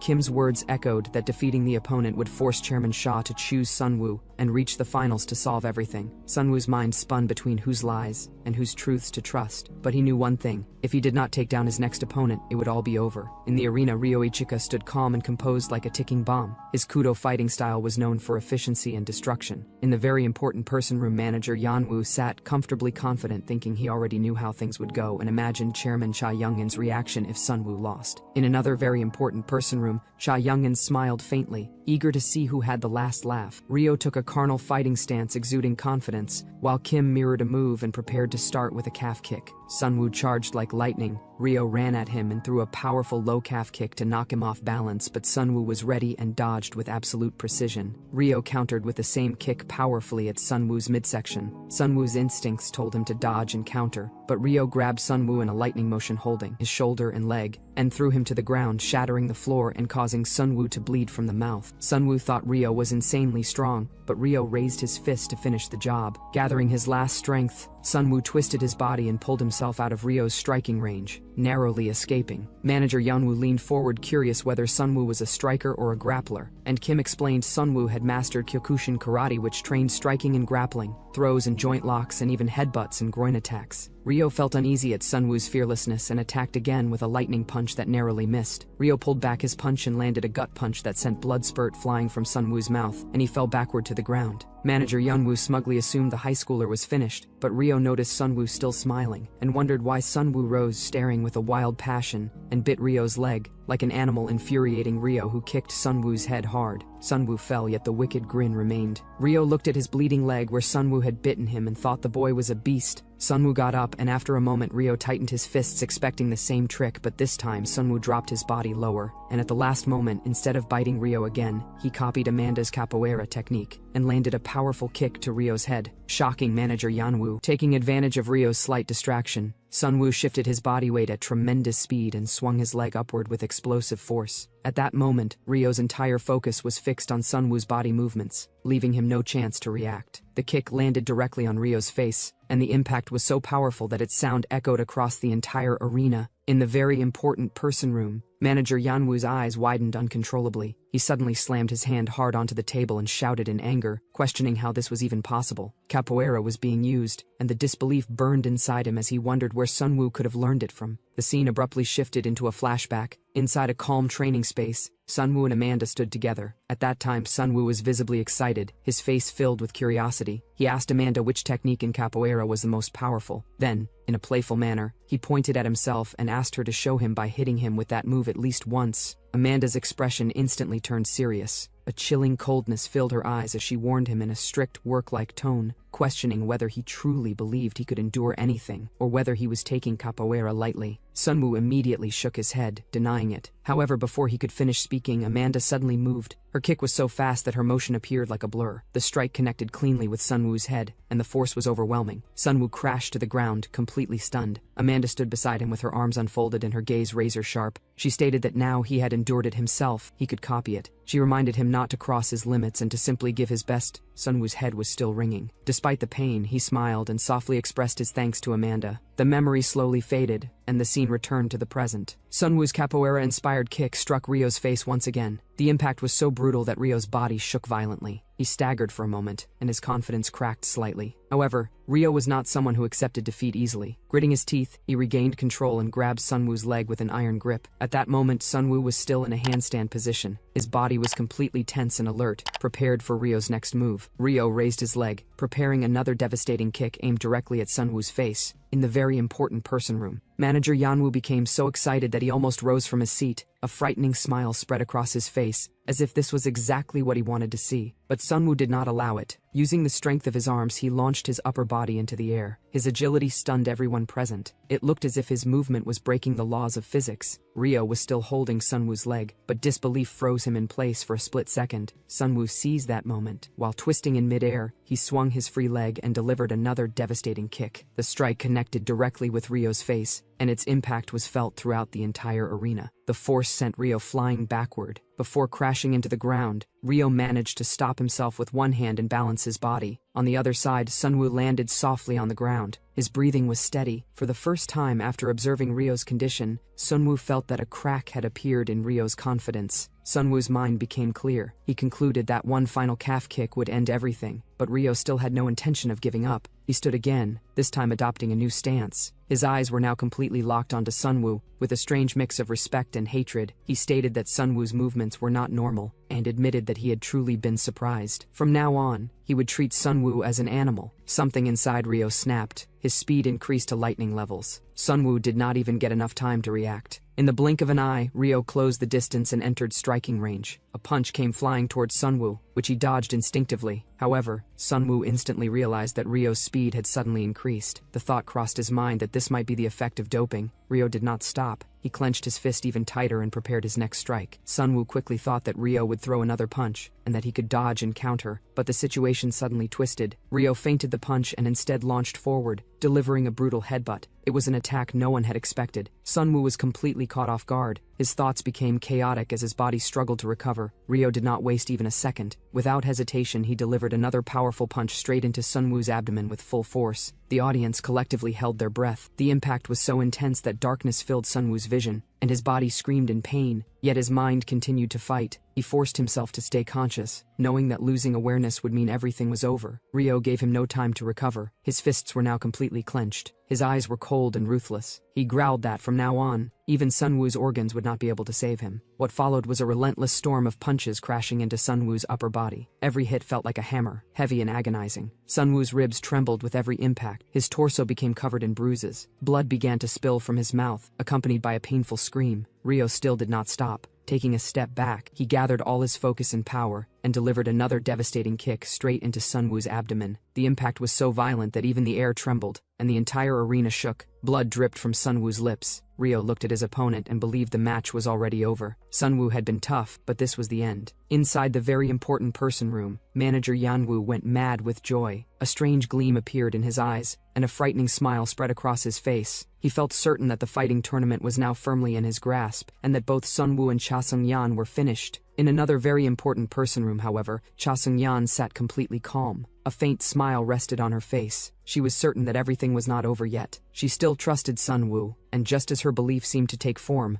a twisted grin suddenly spread across Sun Wu's face. It was so unsettling that a ripple of fear passed through the crowd. It became clear that Sun Wu had not been knocked out at all. He had been pretending to be unconscious the entire time. Suddenly, Sun Wu raised his hand and grabbed Ryo's leg, which was still pressed against his chest. Irritation flashed in Ryo's eyes. He immediately realized that Sun Wu had been faking it. Still, Ryo believed it would not change the result. Before Ryo could act, Sun Wu slammed his head forward in a brutal headbutt. The strike was fast and unexpected. Ryo lost his balance and staggered back. Disbelief crossed his face as he questioned whether Sun Wu had even trained headbutts. Sun Wu did not stop. He began circling Ryo like a predator, stalking its prey. Every movement was wild and driven purely by instinct. It was as if Sun Wu was no longer fighting like a human but like a beast. Ryo observed him carefully. Gritting his teeth, he realized that this was not animalistic fighting anymore. This was something closer to a monster. A question echoed in his mind about how Sun Wu was still standing when his internal organs should have already failed. Sun Wu's constant movement began to make Ryo dizzy. It might have been a side effect of doping. Ryo focused on stopping just one attack and ending everything with a single counter. At that moment, Sun Wu spotted a small opening. With lightning speed, he closed the distance and moved in for a calf kick. Ryo reacted instantly and bent down, catching Sun Wu's leg. He believed he had stopped him and prepared to counter, but Sun Wu had another move. With a powerful jerk, he yanked his leg free. His trousers tore, fabric scattering into the air. Ryo's gaze stalled for just a fraction of a second. That moment was enough. Sun Wu spun with lightning speed and delivered the same calf kick again, this time with even greater force. Ryo saw the kick coming but had no time to dodge. He chose to endure it. The power was overwhelming. A sharp cracking sound echoed through the arena as the bone in Ryo's leg shattered. His right leg was completely broken. He could no longer stand properly. In the very important person room, manager Yanwu grabbed his hair in frustration, unable to believe what he was seeing. Ryo still refused to give up. Balancing on his remaining leg, he grabbed Sun Wu with both hands. His face was twisted in pain, but his will hardened. Gathering his final strength, Ryo drove a thunderous punch into Sun Wu's abdomen. The sound was like a thunderclap, and the impact reverberated through the entire stadium. Sun Wu staggered. His body trembled. Blood spilled from his mouth, but fire still burned in his eyes. Sun Wu immediately moved again, circling behind Ryo and delivering another calf kick, this time to Ryo's last good leg. The impact was horrifying. Ryo screamed as the second leg broke. He collapsed to the ground, his body falling like a lifeless weight. Sun Wu stood over him as if preparing to claim victory. But then Sun Wu's own body began to fail. Blood flowed from his mouth. His severely damaged organs finally gave in. Sun Wu collapsed beside Ryo. The arena fell completely silent. Both fighters lay motionless on the ground, bodies broken and soaked in blood. The crowd was frozen, unsure if there was even a winner. A drone hovered above the arena, scanning both warriors. After analyzing their conditions, it announced that Ryo could no longer continue, and that Sun Wu was declared the winner. Sun Wu released a long, exhausted breath. Relief showed on his face, but the victory felt incomplete. His body no longer responded. His limbs felt heavy, as if filled with lead. His vision spun from exhaustion. Inside the very important person room, the tension skyrocketed.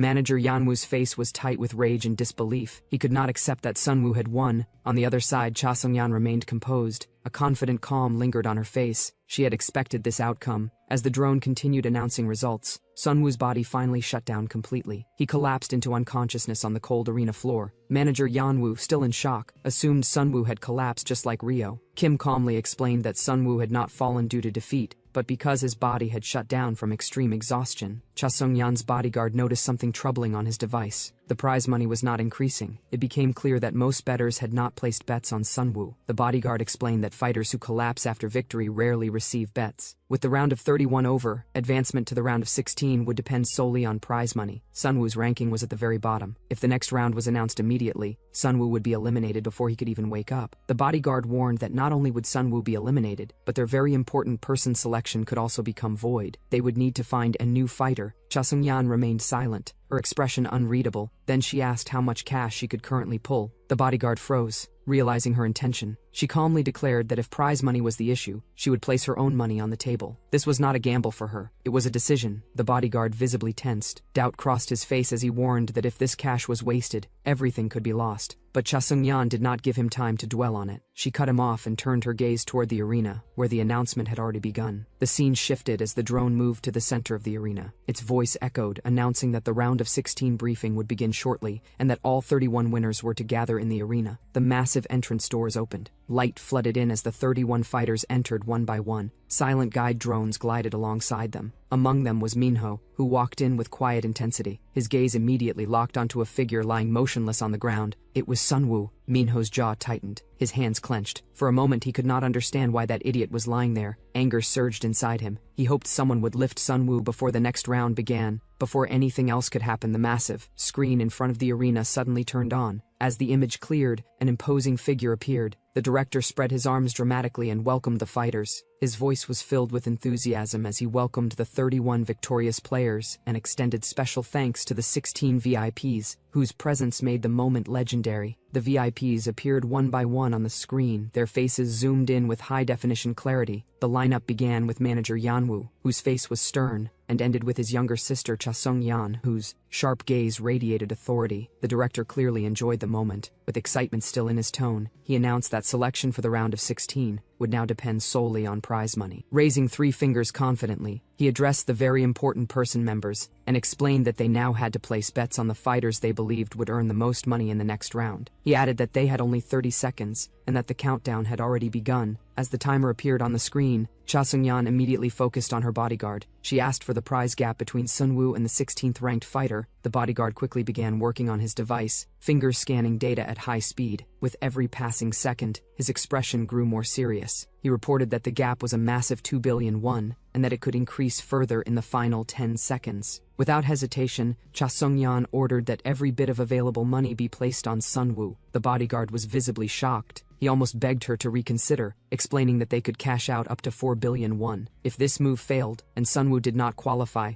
everything would be lost. He advised abandoning Sunwoo and choosing another fighter. Cha Sung-yan's decision did not waver. Her gaze did not move even for a moment. With a firm command, she cut through all hesitation and told him to do exactly as instructed. The bodyguard finally looked at her with disbelief and asked why she was taking such a massive risk for one boy. Time in the arena was slipping away, the final seconds ticking down. Irritation flashed in Cha Sung-yan's eyes and her voice sharpened. She no longer wanted explanations. The timer hit 0. Silence swallowed the arena. In the very important person room, the bodyguard released a heavy breath. His entire body was tense, his voice dropping to a whisper. His hands trembled as he stared at the screen, where a glowing number appeared. 4 billion deposited. His expression twisted with anger, frustration, and something deeper. Grinding his teeth, he muttered coldly that enormous amounts of money had already been wasted trying to keep her brothers under control. He questioned why such a massive risk was taken again. Cha Sung-yan ignored him. She focused on only one thing: the new prize rankings. The bodyguard tapped the screen but reported that the rankings had gone hidden the moment the countdown began. Cha Sung-yan exhaled softly. For a moment, her face was completely unreadable. Then she steadied herself and calmly stated that they would now have to wait for the announcement. The scene shifted back to the arena. The director reappeared on the screen with full energy. He announced that the long-awaited moment had arrived. The prize money rankings were about to be revealed. The top 5 fighters' names flashed on the screen in bold letters. Number 1 was Cam. Number 2 was Ryan. Number 3 was Go Kango. Number 4 was Levi. Number 5 was Mutram. Minho glanced at the list, his expression neutral, until his eyes stopped on Ryan. His breath caught, his fists clenched, his face darkened, and tension spread through his body. It became clear to him that a boxer was still present in the tournament. The director, maintaining dramatic flair, spread his arms and moved on to the next 5 rankings. Number 6 was Lugan. Number 7 was Amanda. Number 8 was Go-hun. Number 9 was Kanto. Number 10 was Phaeton. Each of them had prize money exceeding 6 billion. Minho's expression tightened further. His gaze lingered on Amanda, who stood confidently within the top 10. A heavy feeling settled in his stomach. Amanda had made the top 10, but he had not. The tension in the arena grew denser. The director raised his hand and announced that the next 5 names would now be revealed. Number 11 was Mal. Number 12 was Bischoff. Number 13 was Bamboo. Number 14 was Karma. Number 15 was Ricardo. The bodyguard's tension peaked. With clenched teeth and a shaky breath, he stated that 15 names had been revealed.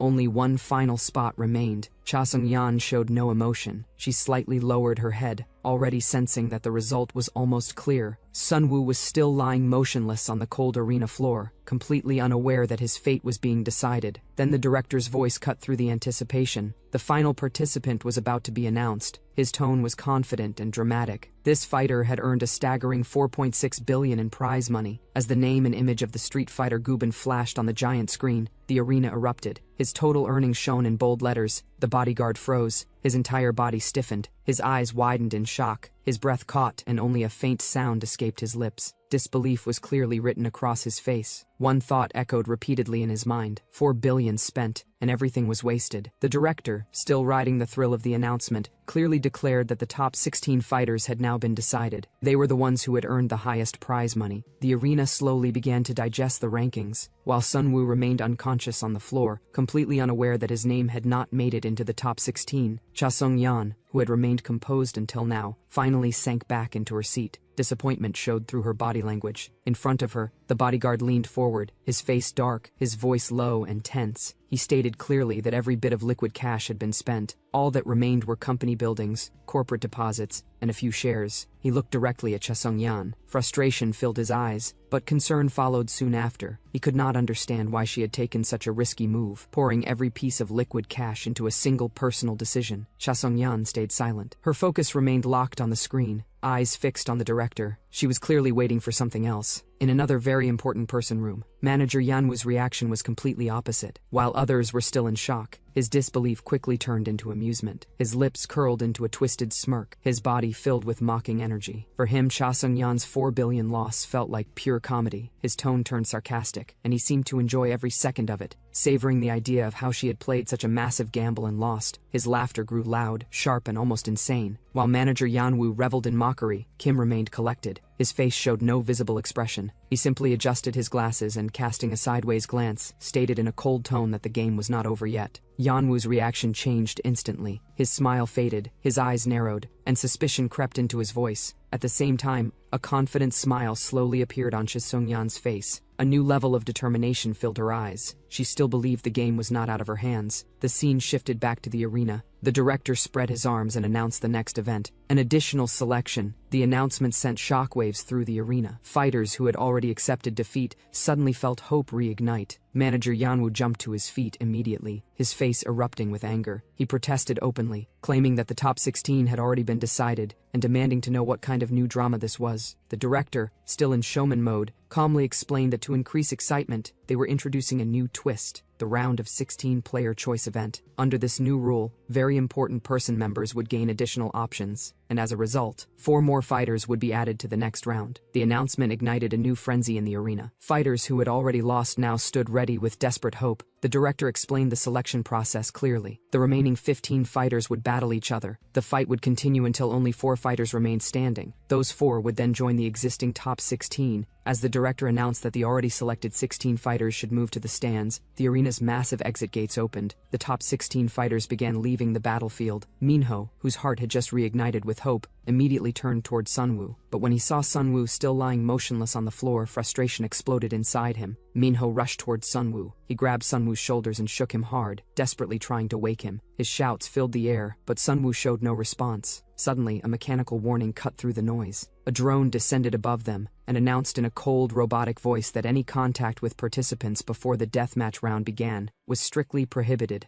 Frustration was clearly visible on Minho's face. Arguing with the drone was pointless. He took a deep breath and reluctantly stepped back. His fists remained tightly clenched. Rage burned in his eyes as he looked at Sunwoo's motionless body. One thought dominated his mind. Sunwoo was completely out. Waking up in time seemed almost impossible. Minho turned away and walked toward the other participants with heavy shoulders. His mind burned with frustration. Only one hope remained: Sunwoo's luck, which had always saved him before. On the other side, Sunwoo remained unconscious, completely unaware that this deathmatch was his last chance to remain in the tournament. The timer continued ticking. One by one, confirmed fighters exited the arena, leaving behind 15 warriors who would fight for survival. Then the director announced that adjustments had been made to the arena for this round. As soon as his words ended, the ground began to shake. The arena's structure started moving. The participants were stunned as the platform beneath them began to lift. The crowd gasped as both the arena and the fighters gradually gained height. The height was terrifying. One fighter gathered the courage to peer over the edge. His eyes widened in horror. Below them were spikes, deadly, razor-sharp spikes, embedded with steel cores, each carrying continuous electric currents. The director's voice returned,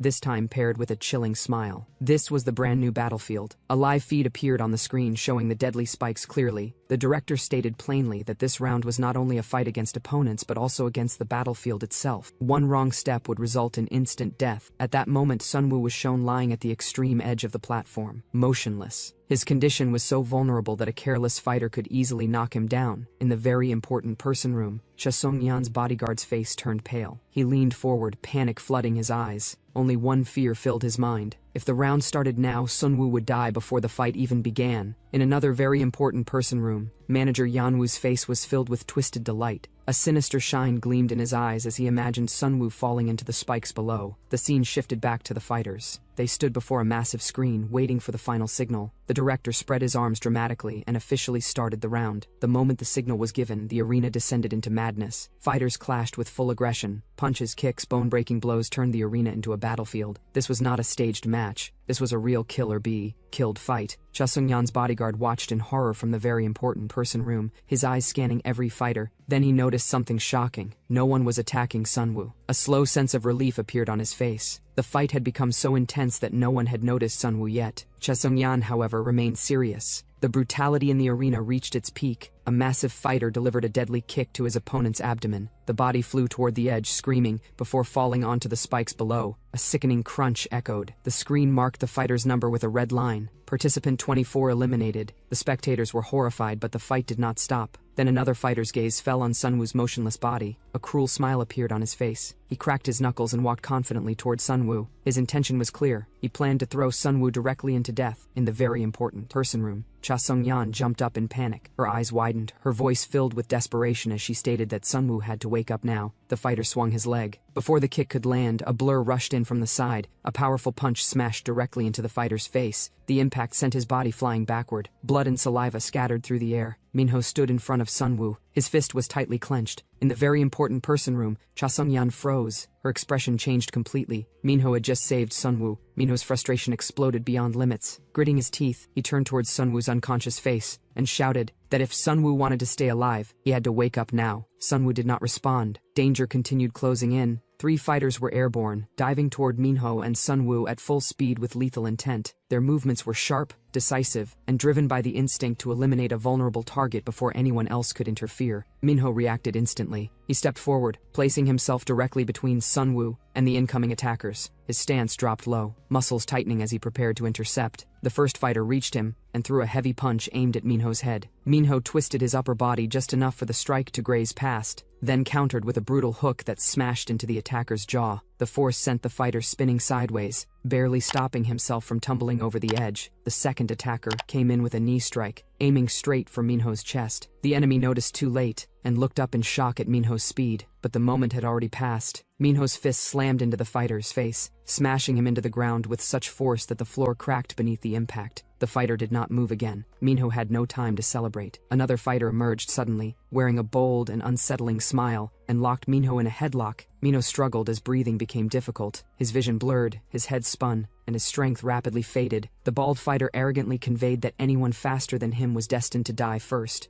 Minho's breathing grew shallow, his face turned pale, and the situation felt terminal. Once again, Menon appeared. Using a precise finger strike, Menon struck the bald fighter's ear with perfect accuracy, rupturing the eardrum instantly. The man collapsed lifelessly onto the ground, his evil smile disappearing in an instant. At that moment, a beep echoed throughout the arena. The screen indicated that only 8 fighters remained. Minho stood in the center, breathing heavily, his body trembling from non-stop combat. Menon approached and extended his hand with a serious expression. Minho weakly accepted it, feeling dizzy and barely able to stand. Menon pulled him up and warned that the challenges ahead would become even more difficult. Minho, confused, questioned how the situation could worsen further. At that moment, 4 fighters slowly advanced toward them, their eyes filled with malicious intent. Their coordination made it clear they were operating as a team. The smallest fighter mockingly questioned whether Minho and Menon intended to fight together. Another fighter with yellow hair laughed confidently, asserting that regardless of teamwork, victory would belong to his group. The tension in the air thickened as both sides stared each other down, prepared for combat. One of the fighters coldly stated that the situation was 4 against 2. As Sunwoo remained unconscious, the countdown began once more. Despite being outnumbered, Minho and Menon showed no fear. Both were fully prepared, knowing the true battle was about to begin. All 4 enemies stood with cruel smiles. One of them, wearing a black mask, expressed confidence that the deathmatch would be easy. Another conveyed the intention to eliminate the weak first. Without warning, all 4 fighters charged forward with heavy steps toward Minho, Menon, and the unconscious Sunwoo. Minho braced himself, taking a deep breath before stepping forward to meet the attack. The first fighter lunged at him, but Minho responded instantly with a solid punch to the face, sending the attacker backward and causing hesitation among the others. This provided Minho with a brief moment of breathing space, though safety remained distant. The remaining 2 fighters attacked from both sides at full force, and true chaos erupted. Minho's eyes darted rapidly as his instincts urged immediate action. The yellow-haired fighter noticed a small gap in Minho's defense and lunged forward without hesitation, delivering a brutal clothesline that snapped Minho's neck backward violently. The pain was sharp and immediate, aggravating his existing injury. Before Minho could recover, Menon moved like a blur, leaping through the air and striking the yellow-haired fighter's face with overwhelming force, sending him flying. The assault on Minho ceased momentarily. A dangerous glint appeared in Menon's eyes, signaling the madness beneath his resolve. The relief lasted only seconds. A bulky fighter seized the opportunity and grabbed Menon from behind, tightening a chokehold around his neck with a sadistic grin.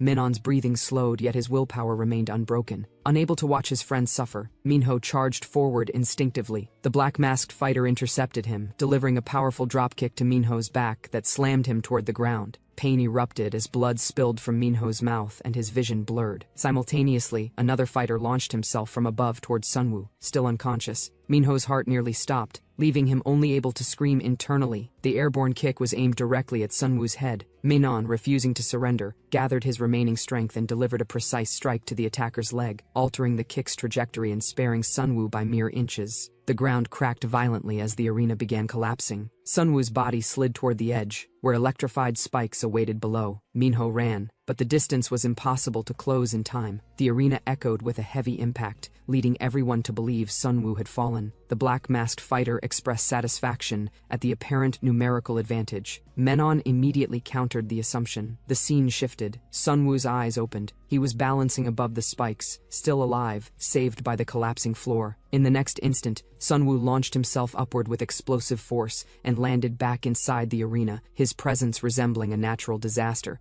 The black-masked fighter attempted a chokehold, but Sunwoo broke free and slammed both the masked fighter and the yellow-haired fighter into each other with full force. Both collapsed lifelessly. The screen updated to show 6 survivors. Menon eliminated his opponent, reducing the count to 5. Han Min-soo then stepped forward, his intent unmistakably murderous. Sunwoo and Han Min-soo exchanged punches, their clash shaking the entire arena. Drones descended, signaling the end of the match. The screen displayed 4 survivors: Minho, Menon, Sunwoo, and Han Min-soo. Sunwoo was later shown receiving treatment in the recovery room. The very important person selection event was announced, and the round officially began. The bodyguard grew increasingly anxious. He questioned whether it was truly impossible to say even a single word to Sunwoo while he was heading toward the arena. However, the drone issued a clear refusal, stating that any consultation outside the permitted time was strictly against the rules. Upon hearing this, the bodyguard ground his teeth in frustration and muttered angrily about what the scout might have said to Sunwoo, also expressing resentment that Sunwoo had not even bothered to meet them once. Suddenly, Seong-yan drew his attention. At some point, Song-yan had taken out a star-shaped hair clip and placed it in her hair, which made her appear quite innocent. The bodyguard became flustered and stuttered in shock, wondering why she had suddenly done something like that. Song-yan looked up at him with a mysterious yet confident smile and explained that it could be considered her personal lucky headband. This explanation only left the bodyguard even more confused. Soon after, the most important moment arrived, and the life and death selection officially began. All the fighters gathered beneath the main arena stage, their faces displaying mixed emotions. The master's voice then echoed throughout the entire arena as he congratulated the 20 best fighters who had officially entered the prestigious round of 16 selection event. He proceeded to announce the elite competitors, listing Han Min-soo as rank 17 with specialization in Kalyanize, Kam as rank 1 and an elite Gorkha mercenary, Ryan as rank 2 and a boxing master,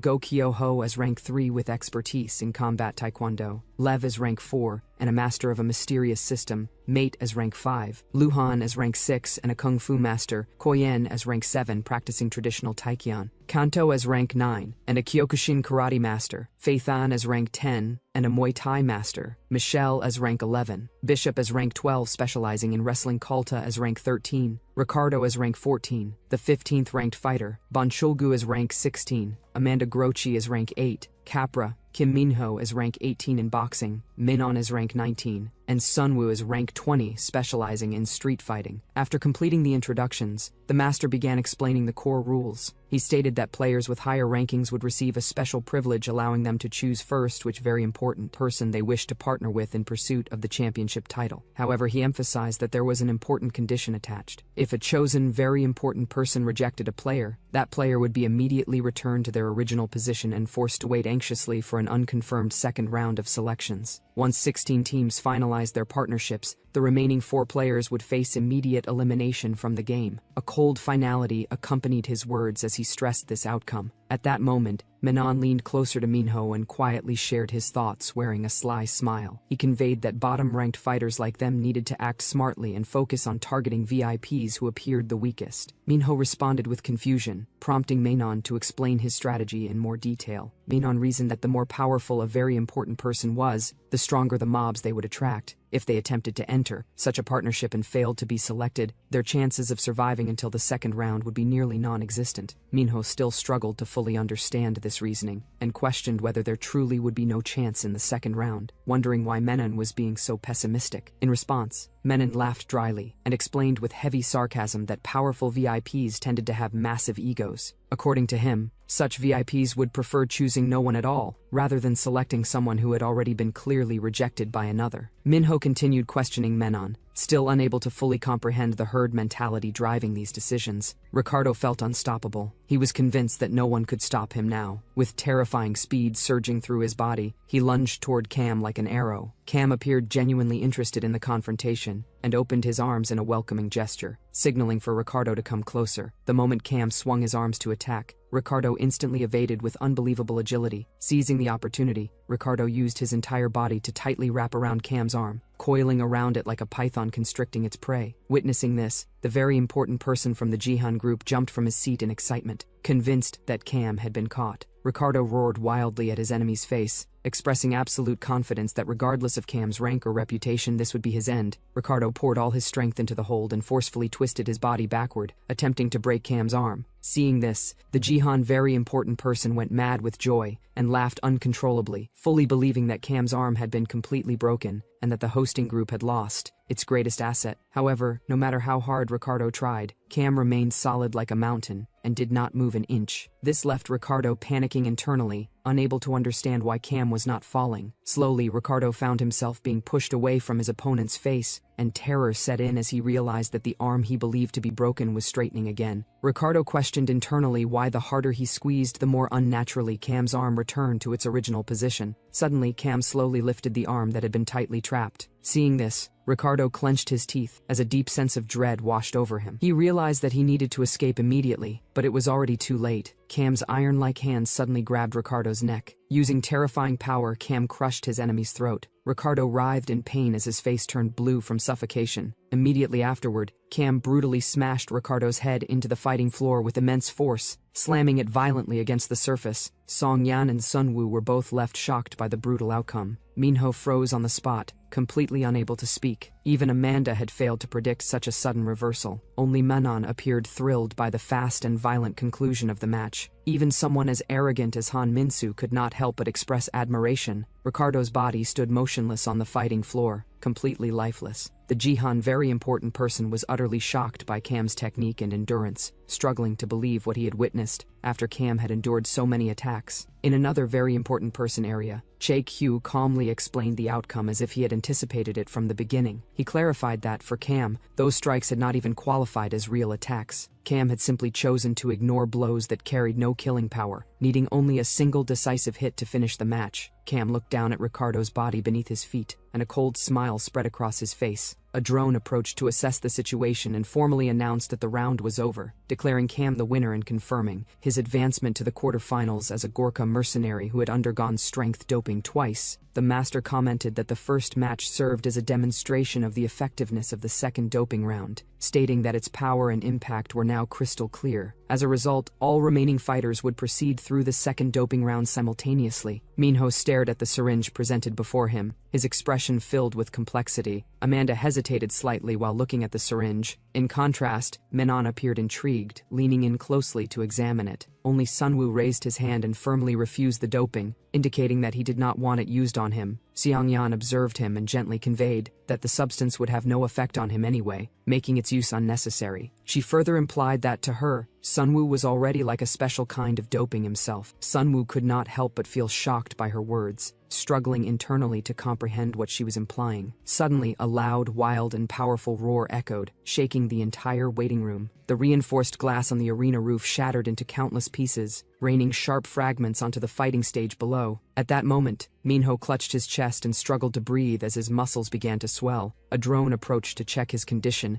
and announced that the system was successfully registering Kim Minho's strength doping administration. Seeing this, VIP Jason Sarang smiled with satisfaction, thinking that combining speed doping with strength doping created a truly ultimate combination. The master then announced that all players had completed the second doping round and that the next match would begin immediately. He added that the upcoming match would be an unforgiving showdown between Africa's beast Michelle and the current overall second-ranked monster, Ryan. Hearing Ryan's name, Minho clenched his teeth as flames of hatred burned in his eyes while staring at the big screen. Very important person Jason, seated beside him, also appeared extremely angry and cursed the CT Bio group. Turning to Minho, Jason emphasized the need to analyze this match very carefully. He explained that Ryan had massively enhanced his muscles through every possible type of doping, and excessive usage had already severely damaged his mind before even stepping into the combat zone. Ryan had become little more than a zombie who only knew how to advance and bite like a wild animal. The mysterious man continued analyzing Ryan's abilities, explaining that Ryan's sense doping maximized enemy detection. However, due to the side effects of previous doping, Ryan barely felt pain anymore, meaning that normal attacks could not disrupt his senses. Jason then turned toward Minho and asked whether he had experience dealing with enemies who used sense doping. Minho fell silent for a moment, lost in thought. The other man broke the silence by stating that this situation would be completely different. Jason reacted in shock, questioning how it differed. The explanation followed that Minho's previous opponent had only recently used doping and had not fully adapted to the enhanced senses, whereas Ryan had more than enough time to master and fully utilize them. Jason appeared worried but reasoned that with Minho's insane speed, bypassing Ryan's sensory range might still be possible. He then asked about Ryan's choice for the second doping round. The mysterious man checked the updated statistics, bored, and replied that Ryan had chosen speed doping. This revelation shocked both Jason and Minho, leaving them struggling to believe it. Minho felt a strange mix of conflict and pressure, overwhelming him. On the fighting stage, the next two fighters quickly entered, fully prepared for battle. One was Ryan, ranked second in boxing, equipped with both sense doping and speed doping,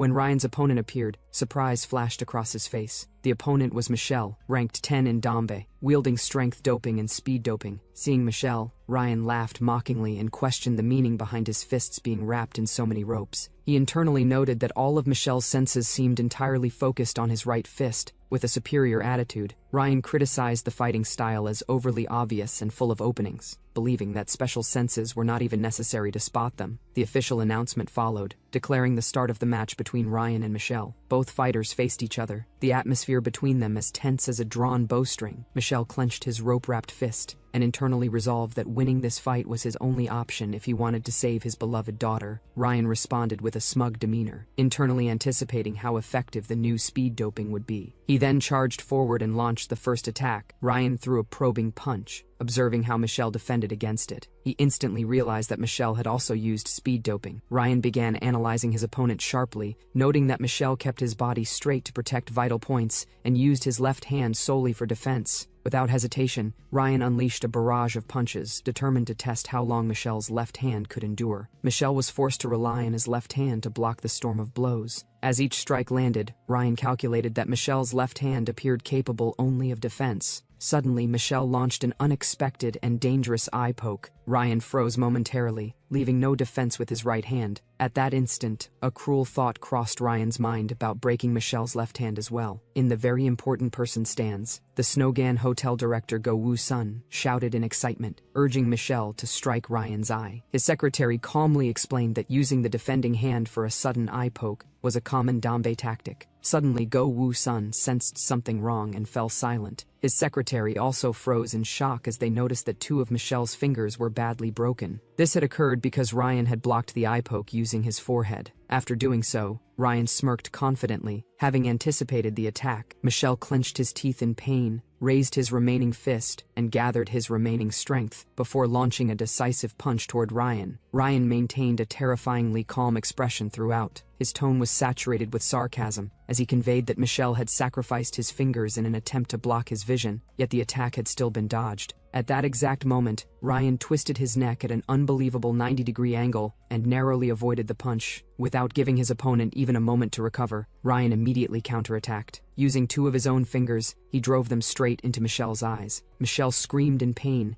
and instinctively clutched his bleeding eyes. In that instant, his entire torso became exposed, creating a fatal opening. Ryan seized this golden opportunity and unleashed a storm of relentless attacks, cursing continuously as he struck. He mocked Michelle internally for leaving himself so completely open. A brutal barrage of blows landed repeatedly on Michelle's most vulnerable points. The impact of one strike ruptured a vein in Michelle's neck. Despite his face enduring countless heavy punches, Michelle's mind screamed in desperation, refusing to accept defeat. However, his body continued to absorb an unending assault. Watching his fighter being beaten like a sandbag caused Go Woo-sun's face to turn pale, and fear overtook him as he struggled to accept what he was witnessing. A final punch sent Michelle flying backward across the fighting stage. Shortly afterward, a drone approached slowly and began scanning his condition. It coldly announced that Michelle was unconscious and confirmed Ryan as the official winner, advancing him to the quarterfinals. Minho stood frozen, having witnessed the entire match from start to finish, completely shocked. He questioned internally whether he himself would have been capable of dodging that unnatural neck twist, concluding that he would have taken a punch to the eye before ever reacting. The more he thought about it, the more anxious and pressured he felt, realizing that he would inevitably have to face such an opponent. The master's voice echoed once again, pulling everyone back to reality. The announcement followed, introducing the next fighters of the round of 16. It was declared that the third match would be a showdown between Go Kyung-ho, ranked 3rd and equipped with elasticity and strength doping, and Sunwoo, ranked 20th, who was not using any doping at all. Songyan appeared visibly tense, worrying that while Sunwoo might dodge some strength-enhanced blows, avoiding all damage would be nearly impossible. The bodyguard added that most players who reached the round of 16 had used strength doping. This led Song Yan to wonder how combat taekwondo differed from regular taekwondo. The explanation followed that combat taekwondo did not introduce new techniques. This revelation shocked her. It was clarified that real taekwondo had originally been developed as an extremely powerful martial art for practical combat. However, once it transitioned into competitive sports like the Olympics, many dangerous techniques were banned or restricted to protect athletes from serious injury. Now, those forbidden techniques had been completely unlocked, revealing the true form of combat taekwondo. Go Kyung-ho stood firmly on the stage, radiating overwhelming presence with both strength and elasticity doping enhancing him. Sunwoo observed his formidable opponent and resolved internally that defeating a rank 3 fighter would officially place him among the formidable high rankers. The master loudly announced the start of the third round of 16 match between Go Kyung-ho and Sunwoo. Sunwoo immediately took a defensive stance, reasoning that staying low and close to the ground would be more effective against Taekwondo. Acting on this strategy, he advanced forward, using his speed and agility to charge directly at Go Kyung-ho. Believing he had found an opening, unexpectedly, Go Kyung-ho suddenly lowered his center of gravity and delivered an upward heel kick. In a single clever and surprising move, the heel connected directly with Sunwoo's face. Sunwoo forced himself to stay alert and instantly grabbed Go Kyung-ho's ankle, believing he had secured a solid hold this time. However, the nightmare continued. Go Kyung-ho calmly lifted his other leg off the ground and brought it down like a hammer, delivering an extremely powerful kick to Sunwoo's temple. Watching Sunwoo clearly at a disadvantage, Song-yeon could not suppress her worried reaction. Go Kyung-ho slammed his foot down with immense force, disrupting Sunwoo's balance and sending him crashing to the ground. Despite this, Sunwoo's determination did not break. He clenched his teeth and resolved that he absolutely could not lose here. He pushed himself up from the ground with both hands and countered instantly with a powerful leg kick. Go Kyung-ho blocked the strike with his forearm, unable to hide his surprise. He struggled to believe that Sunwoo could endure consecutive hits and still have the courage to attack. Sunwoo launched another kick, further shocking Go Kyung-ho. A relentless barrage of kicks overwhelmed him, forcing his defensive forearm closer to his own face. Suddenly, Sunwoo executed a graceful somersault in the air, landing expertly and standing face to face with his opponent. Go Kyung-ho stared at his trembling arm in disbelief, clenching his teeth as he acknowledged internally that with such monstrous strength, Sunwoo was at least top 10 material. He questioned how a former student could have become so strong. Meanwhile, Sunwoo was gasping for breath. As dizziness worsened, he recognized that another clean hit could be extremely dangerous. Charging recklessly would only invite counters, so he resolved to neutralize his opponent's legs at any cost. Sunwoo analyzed Go Kyung-ho's fighting style, noting that traditional Taekwondo rarely employed low kicks. He planned to counter from below when the next attack came, believing the reaction would be too slow to stop it. Acting on this plan, Sunwoo moved again as if preparing a direct attack. Go Kyung-ho observed that, despite taking so many hits, Sunwoo still dared to initiate offense. However, Sunwoo did not attack immediately, instead weaving unpredictably to disrupt his opponent's focus. In the very important person area, Han Sang-soo, chairman of Arun Construction and Go Kyung-ho's partner, expressed irritation at what he perceived as disrespect. His secretary calmly explained that top-ranked fighters rarely went all out early, conserving energy for later rounds and recalculating the minimum power required to defeat their opponents efficiently. On stage, Go Kyung-ho tracked Sunwoo's movements carefully, always ready to counter. He believed Sunwoo could be defeated with limited power. He lifted his leg high, preparing to attack while internally acknowledging that he had never used his full strength before. Go Kyung-ho launched a powerful sidekick aimed at Sunwoo's head.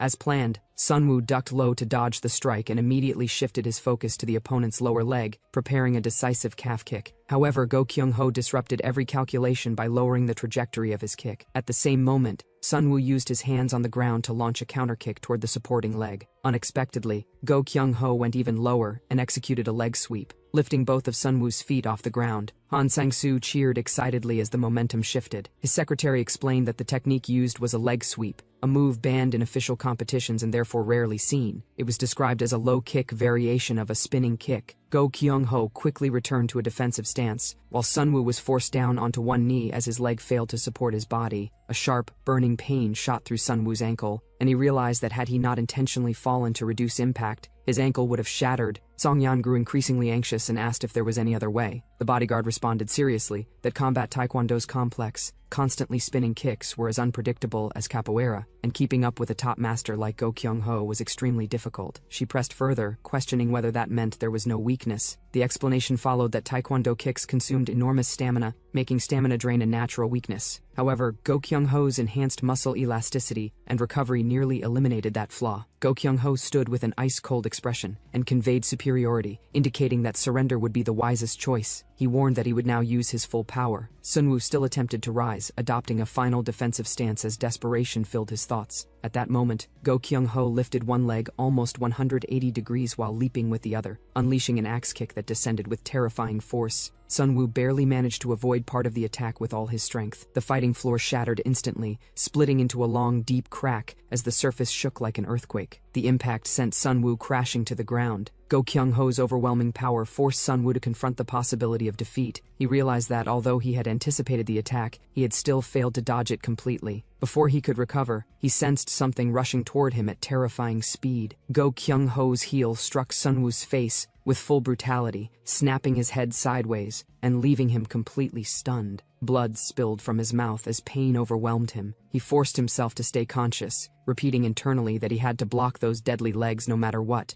Instinctively, Sunwoo repeated the same move and reached for his opponent's ankle, believing he had secured it again. However, the same pattern repeated. Go Kyung-ho calmly lifted his other leg and smashed another brutal kick into Sunwoo's face. The impact disoriented Sunwoo completely, sending his body flying backward across the stage before slamming violently into the ground. Grabbing the leg was clearly not working. Dizziness threatened to consume him, yet he forced his eyes wide open and refused to lose consciousness. Go Kyung-ho clenched his teeth, realizing Sunwoo was still conscious and stubbornly refusing to fall. Deciding to finish it, he channeled all his power into his legs, flexed his muscles, and charged toward the motionless Sunwoo, preparing a finishing spinning back kick. Go Kyung-ho roared as his voice echoed throughout the arena. His heel finally landed a devastating hook kick directly into Sunwoo's stomach. A horrific sound followed as fresh blood splashed from the impact. The pain surged straight to Sunwoo's brain, delivering a violent shock to his system. Sunwoo spat out a mouthful of blood, his eyes wide with shock and agony. Despite his shattered body, his consciousness remained crystal clear. Deep within his mind, he acknowledged that he had always run away when faced with such pain and fear. His body felt like fragile glass, shattered into countless pieces, as though being torn apart. Yet this time he realized he could no longer run. A strange sensation began spreading across Sunwoo's forehead. It felt as if something inside Sunwoo was cracking apart. He tried to remain conscious for the sake of his parents, but a thought crossed his mind that if his parents were already dead, there was no point in staying conscious anymore. His eyes seemed to split down the middle as an unnatural light began to glow within them. He concluded that only one option remained.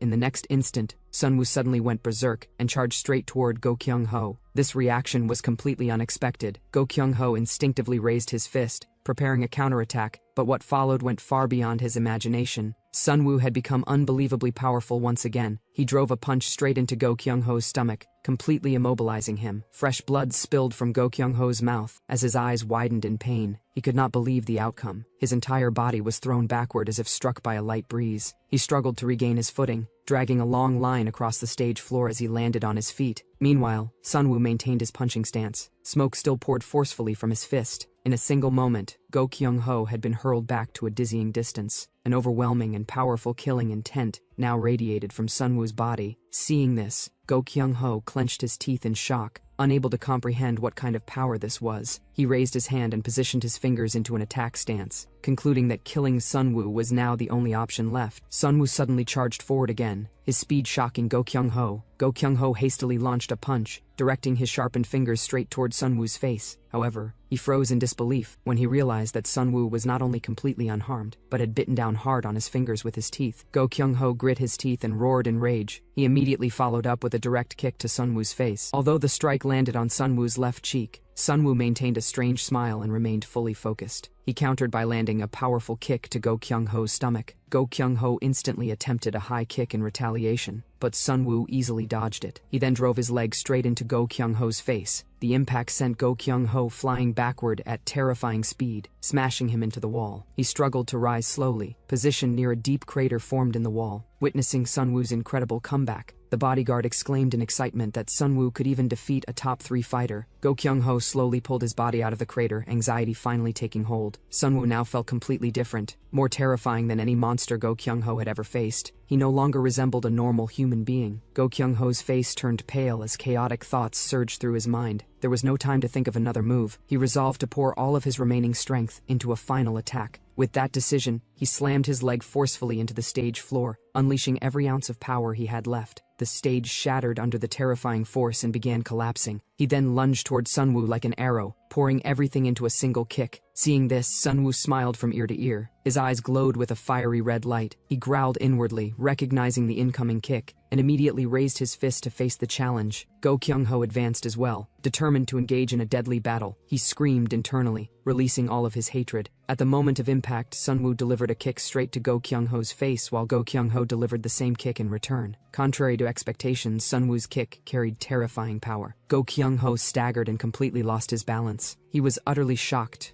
questioning how he could possibly be losing to a high school student. Sunwoo ignored the fact that Go Kyung-ho's kick had also struck his face and smiled wildly. The blow sent Go Kyung-ho's head spinning, leaving him dazed. Sunwoo then spun with lightning speed and grabbed Go Kyung-ho's head forcefully. As Go Kyung-ho's consciousness began to fade in his final moments, he stammered that he was a top-3 fighter. In response, Sunwoo displayed a victorious smile filled with sarcasm. Immediately after, Sunwoo gathered all of his power and slammed a brutal headbutt into Go Kyung-ho's forehead. The steel-like impact shattered Go Kyung-ho's teeth and lips, throwing him backward. He crashed violently onto the stage floor under the immense force of the devastating blow. Song-yeon and her bodyguard stood completely shocked, their eyes widened. Han Min-soo ground his teeth, his face twisted with anger at Sunwoo's incredible victory. On the other side, Cam watched with deep interest. Sunwoo remained standing, killing intent radiating around him. Han Sang-soo was left speechless by the defeat, muttering in disbelief that such an outcome was impossible. At that moment, a drone slowly flew toward the stage and made a formal announcement that Sunwoo was advancing to the next round. After the powerful clash, Sunwoo himself began to feel dizzy and raised a hand to his head. Seeing this, Song-yeon's bodyguard exclaimed in excitement at how amazing it was. Song-yeon smiled gently, feeling relieved. Sunwoo had finally proven himself, leaving nothing left to fear. Following the dramatic match, the doctor monitoring the stats stated in shock that it was insane. In just a short moment, all of Sunwoo's stats had risen to near-perfect levels. Observing this, the director reflected that the reaction and movement were exactly the same. The doctor beside him looked confused, prompting the director to explain while staring into the distance that it was exactly like Choi Kang-gun, the first awakened one. Elsewhere, a long-haired man reacted in panic and disbelief, questioning whether this explained how Sunwoo could be strong without doping. As the doubt surfaced, a bandaged man formed a devilish smile and revealed that he had been searching for Choi Kang-gun's hiding place. It turned out that Choi Kang-gun had changed both his first and last name. He was Sunwoo's father. With urgency, the bandaged man ordered the search team to be doubled, no, maximized. The scene shifted. Far away, on a mountain, stood an isolated villa. Inside one of its large rooms, a woman sat beside a patient. She was Sunwoo's mother, sitting sadly beside her unconscious husband on a hospital bed. She expressed regret, stating that she never wanted them to find their son. Her entire body trembled as her voice filled with remorse. She apologized for allowing Sunwoo to be taken away. Tears filled her worried eyes as she admitted that for a long time she believed she was protecting her son, only to realize she had been a burden. As she spoke, her emotions intensified. She finally hid her face and begged her husband to wake up. There was no response, yet it felt as though he could still hear her. Unnoticed, his fingers moved slightly. The scene shifted again. In the recovery room, Sunwoo lay on a bed receiving oxygen. His face was filled with concern as he reflected that he had lost control again. He had survived somehow, but if he had been even slightly slower, the outcome would have been fatal. His expression gradually turned serious and self-blaming. He feared that his mind might never be the same after losing control so completely. At that moment, Song-yeon approached his bedside to check on him. She asked whether he felt like he was losing his mind. Sunwoo removed his oxygen tube in shock and questioned how she knew. She answered seriously that she had heard it from his mother, who believed this was the only way for him to survive. Sunwoo found it hard to believe. Song-yeon continued, explaining that the same reason was behind his father's escape from the facility. Sunwoo looked confused and doubtful, prompting her to explain further. She admitted she did not know all the details, but when Sunwoo lost control during childhood, his mother realized she would eventually have to tell him the truth. Song-yeon explained that his parents had learned how to survive while losing control. Even after Sunwoo's father revealed the truth, his expression never changed. She continued by explaining that, when experiments were being conducted on his father, the facility lacked proper systems. Only individuals with strong physiques were recruited for body enhancement experiments, and nearly all of them died from side effects, deforming into monstrous beings. Among piles of bodies, only 3 survived normally. Sunwoo's parents included. They struggled immensely to recover from that nightmare. Sunwoo was surprised to learn this and questioned his mother's role. Song-yeon continued, explaining that Sunwoo's mother achieved excellent results, but the after effects worsened over time. His father, on the other hand, attained a superhuman body, completely different from ordinary people, and awakened self-healing abilities that allowed most wounds to heal rapidly. This attracted the attention of elites, leading to the development of doping based on his father's genes. However, his father eventually began losing control. His body grew stronger, but he constantly felt his mind slipping away. Ultimately, he lost control entirely and nearly killed several people. Terrified, he decided to escape the facility. Security tightened, forcing him to earn trust through achievements before finding a chance to escape. He trained obsessively, learning how to remain conscious while losing control. Eventually, he succeeded and used that power to escape with Sunwoo's mother. Song-yeon observed Sunwoo closely and declared that a child born from the two best test subjects was standing right in front of her. Sunwoo was that child. This revelation left him completely shocked, his eyes wide with disbelief. Songyan continued, explaining that once his father realized all the enhancements had been inherited by Sunwoo, he tried desperately to keep him away from fighting out of fear of being discovered. Sunwoo's face filled with anger as he realized that this was why his father had strictly forbidden him from fighting or using drugs. At that moment, Songyan mentioned the most important point, the final message his father had left behind. Sunwoo listened carefully. She explained that his father likely believed he could no longer hide the truth and intended to train Sunwoo to learn how to control himself when losing control. Sunwoo lowered his head, lost in deep reflection. Seeing this, Songyan continued explaining that the one thing his mother knew was that losing control should not be feared. Hearing this, Sunwoo's eyes widened in shock, his jaw dropping as he looked up with a flicker of hope. Seongyan quickly added that control could only be maintained when losing control began to feel like happiness, and that happiness continued to increase. She demonstrated this by biting her own hand forcefully, explaining that biting oneself was necessary to remain conscious. If fear no longer existed, then control could be achieved. Hearing this, Sunwoo clenched his teeth, frustration and self-curse filling his mind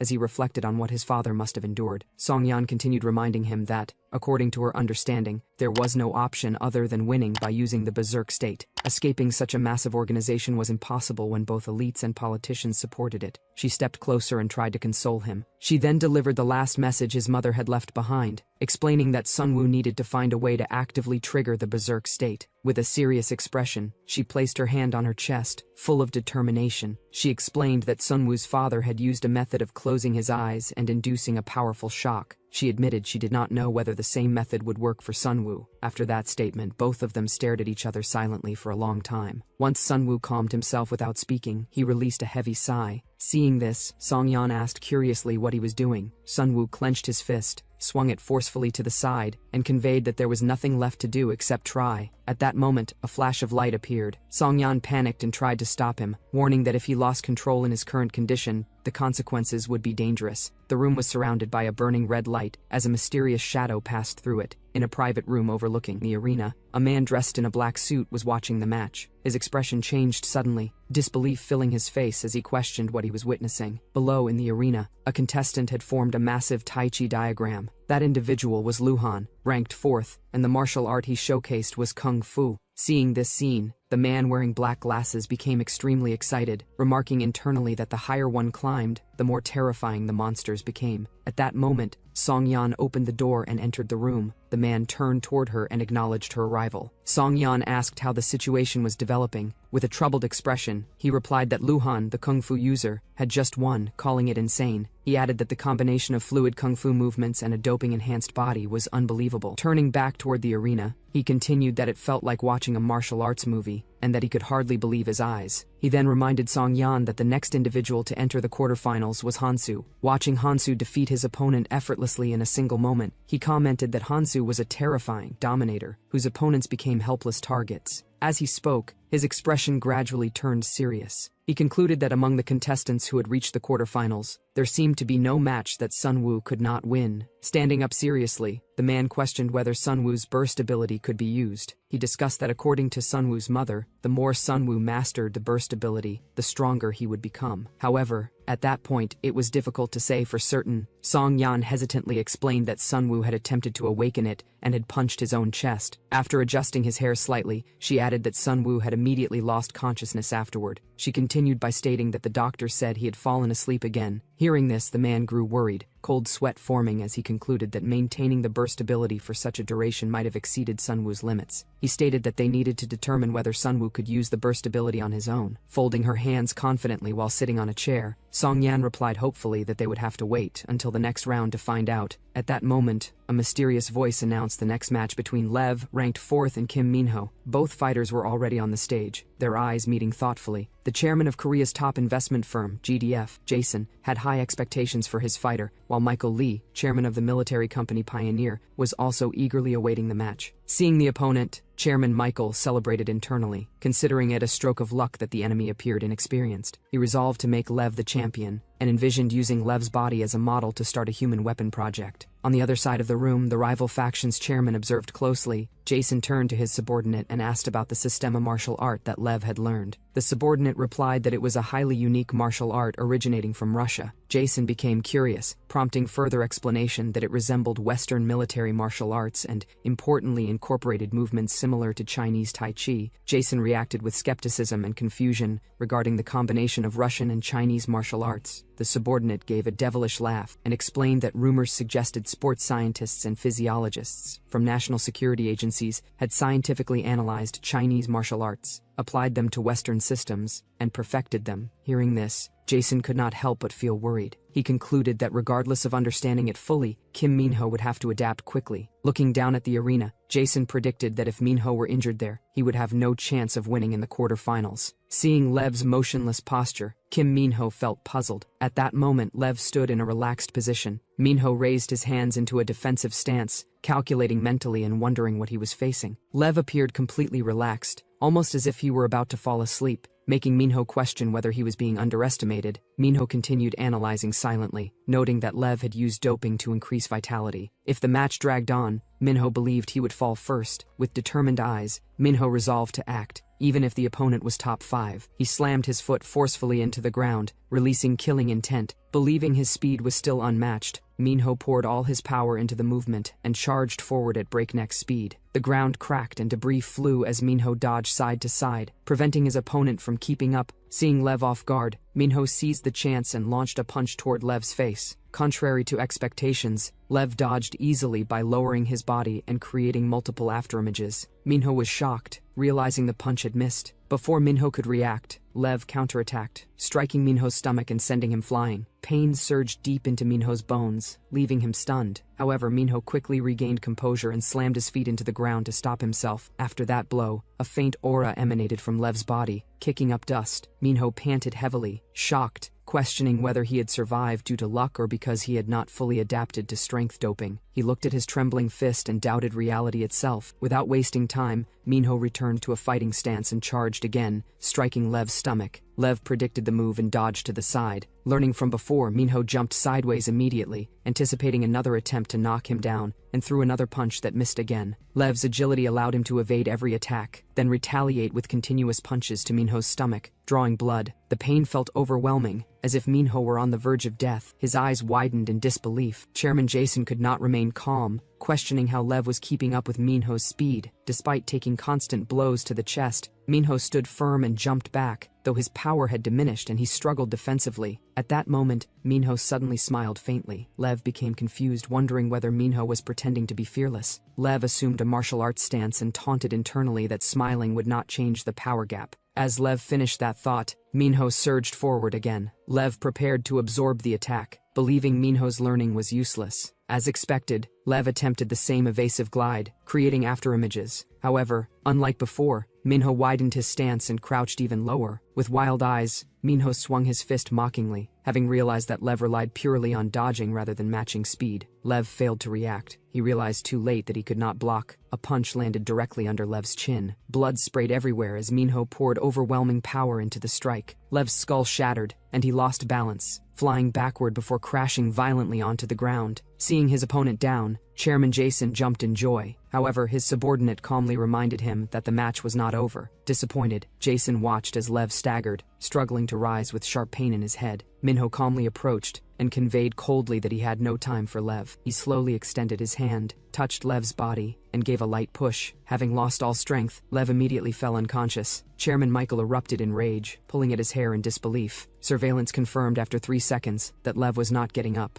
A mysterious voice then announced that Lev was unconscious and declared Kim Minho the winner, advancing to the quarterfinals. Jason laughed happily, convinced his choice had been correct. His subordinate smiled mysteriously and noted that Kim Minho appeared ready to face Ryan. The scene shifted. Upon seeing that his next opponent was Kim Minho, Ryan laughed with great interest, viewing it as a must-watch fight between two formidable opponents. Elsewhere, inside the greenhouse, Chairman Han Jin, leader of Korea's second-largest enterprise, laughed loudly with excitement and shouted internally whether it was finally their turn. Seeing his expression, his subordinate asked whether he seemed nervous. Han Jin became awkwardly embarrassed and began to respond nervously. Han Jin stated that, although he liked strong women, it did not mean he had any special feelings for Amanda Grock. Hearing this, his subordinate teasingly implied that he did. Han Jin angrily shouted that the subordinate still did not understand. He immediately turned serious and emphasized that what truly mattered was maintaining their nickname, reputation in this match. The subordinate carefully analyzed the situation and concluded that this match would be difficult, estimating a possible 10-second knockout scenario. The opponent was a former assassin from the top 5 bounty rankings. Looking down toward the stands, he added that the opponent was also a monster who had successfully used strength doping twice, making even a single hit instantly fatal. Down in the arena, both opponents were ready to enter, staring at each other as if they wanted to devour one another alive. At that moment, a mysterious voice announced the match between Mataram, ranked 5th, and Amanda Grock, ranked 7th. As the match officially began,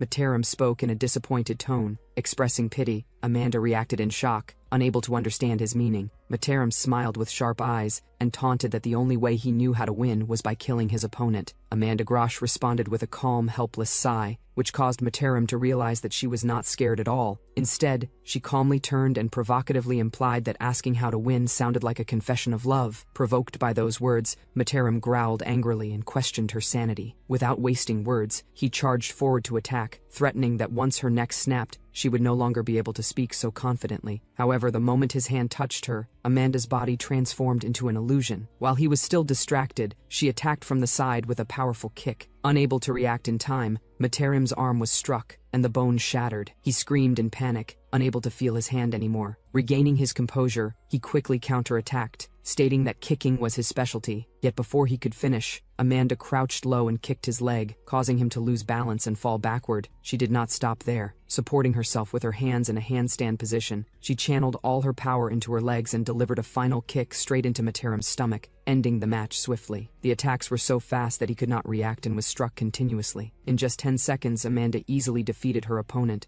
Mataram lay on the ground, unable to believe reality, wondering whether he had truly lost. Looking down at him, Amanda demonstrated how to win without killing the enemy, then coldly concluded that victory simply required being stronger. Immediately, another voice announced that Amanda Groch had advanced to the quarterfinals. Witnessing the scene, Han Jin's eyes sparkled with loving admiration, internally praising her. On the other side, a wide-mouthed man laughed enthusiastically, wondering if it was finally his turn. He extended his long tongue, his eyes cold and sharp, emphasizing that hiding it this time would be difficult. An announcement followed, declaring the next showdown between Goyun and Menon. Goyun maintained an emotionless expression as he stepped onto the fighting stage. The chairman of Gerror Oil Corporation was present, expressing how impressed he was to see Goyun so magnificent once again. The man beside him also felt compelled to praise Goyun, recalling that he had once been unable to walk due to accident after effects, yet now stood proudly on the fighting stage. The arena truly seemed magical. Gerror then wondered whether he had slightly repaid Goyun, who had nearly died saving him, or whether he had dragged him into an even worse hell. Meanwhile, the chairman of Muhak TV commented from the platform that Menon's doping combination was just as interesting as the opponent's. A younger observer remarked that pain-nullifying doping made sense, but skin doping had only been noticed in Menon since Kai's arrival. Moyuk replied that Menon had reached this point without strength or speed doping, questioning what kind of creature he truly was. Standing opposite Goyun, Menon, who possessed pain-nullifying and skin doping, wore a strange smile that looked as though he were frightening a child. Menon skipped any probing and went straight to the point, declaring that two masters did not need testing and should fight face-to-face with fewer words and more action. Goyun responded immediately by delivering a kick straight to Menon's face. The sudden attack prevented Menon from dodging in time, blood spraying like a fountain as a single kick knocked him down. Goyun followed up with a finishing stomp. Menon raised his arm to block, realizing how terrifying the attack was. Seizing an opportunity, Menon grabbed a nearby stone and hurled it straight upward. Goyun instantly dodged. The stone flew high, collided with the arena roof, and caused a shocking explosion. Goyun jumped back immediately and landed safely, staring upward at the newly formed hole in the roof, confused and frowning as he wondered what would happen next. At that moment, Minion's eyes turned blood red as he smiled devilishly, implying that Goyun had no intention of going easy on him. Goyun looked down at Menon, noting that he still had time to joke. Menon replied mockingly that an old man like Goyun probably understood what time truly meant. He leapt into the air, preparing a spinning kick. Learning from the previous attempt, Menon countered this time with a powerful punch to Goyun's eye, smiling mischievously and implying he would not simply stand there and take hits. The fight entered its most intense phase. Goyun concentrated deeply, deciding to finish the match with his special technique. Mainon's body gradually heated up as he charged like a hungry lion, declaring internally that he would strike first this time. He attacked with lightning speed, passing by Goyun. It was shocking that Goyun dodged and immediately counterattacked with a decisive move. Mainon was no less capable, and evaded the counter easily, implying that Goyun should not underestimate him. He flipped and demonstrated that dodging kicks was not enough. When one leg was avoided, the second leg emerged and struck the target. Releasing his frustration, Moyu grabbed his head in shock, questioning why a Taekyon master was using capoeira-like techniques. The younger observer quickly corrected him, explaining that it was not capoeira, but a Taekyon technique known as the two-legged handstand kick, which allowed attacking with both legs or using one leg as support while the other gathered power. Returning focus to Menon, he stabilized himself on the ground, feeling disbelief as he realized that Goyun had used his last resort. Menon then revealed his signature creepy smile, claiming he felt nothing. Goyun appeared beside him instantly, as if teleporting, causing Menon to think it was impossible. Goyun leapt high, raised his hand, and declared his technique as a messenger of death. The punch landed on Menon's head like a meteor, leaving no time to breathe. Menon glanced upward at the X-shaped strike that had been introduced and burst into loud laughter, the pain in his hand surging to his brain due to Goyun's stone-hard head. Menon proudly declared that someone as inexperienced as Goyun could not defeat him. He followed with an iron head technique that struck Goyun directly. The attack tore through the air, shaking it violently. Feeling the impact, Goyun's eyes widened as he sensed an unbreakable wall, questioning whether Menon was a doped monster or something alien. After the intense headbutt clash, Goyun was thrown far away. The atmosphere grew louder with cheers, chairs shaking as cameras moved in for close-ups. An announcement followed, declaring Goyun unconscious, and Menon officially advancing to the quarterfinals. Moyuk jumped in excitement, shouting in triumph. The mysterious announcer then stated that all quarterfinalists had been decided. Menon spoke as if consoling his opponent, stating that defeating him had always been impossible, and that he had been doing this for over 20 years. The matches were over, and the quarterfinals had begun. Winning faces filled the screen as fighters advanced to the next round. A bald man expressed disbelief that they had reached the quarterfinals. In response, Seong-yeon asked for opinions on whom they should face next. She began her assessment, stating that no one would be easy, even among the lowest-ranked regular fighters. She highlighted Amanda Grosh, the knockout queen who had not allowed a single punch to land. She also mentioned Kim Minho, a boxing genius who was not only the fastest, but also strength-enhanced. She then added the unknown and bizarre Menon, who absorbed all attacks and never even visited the recovery room. His opponents always collapsed in panic without understanding why. She requested further information about the remaining contestants, specifically Luhan,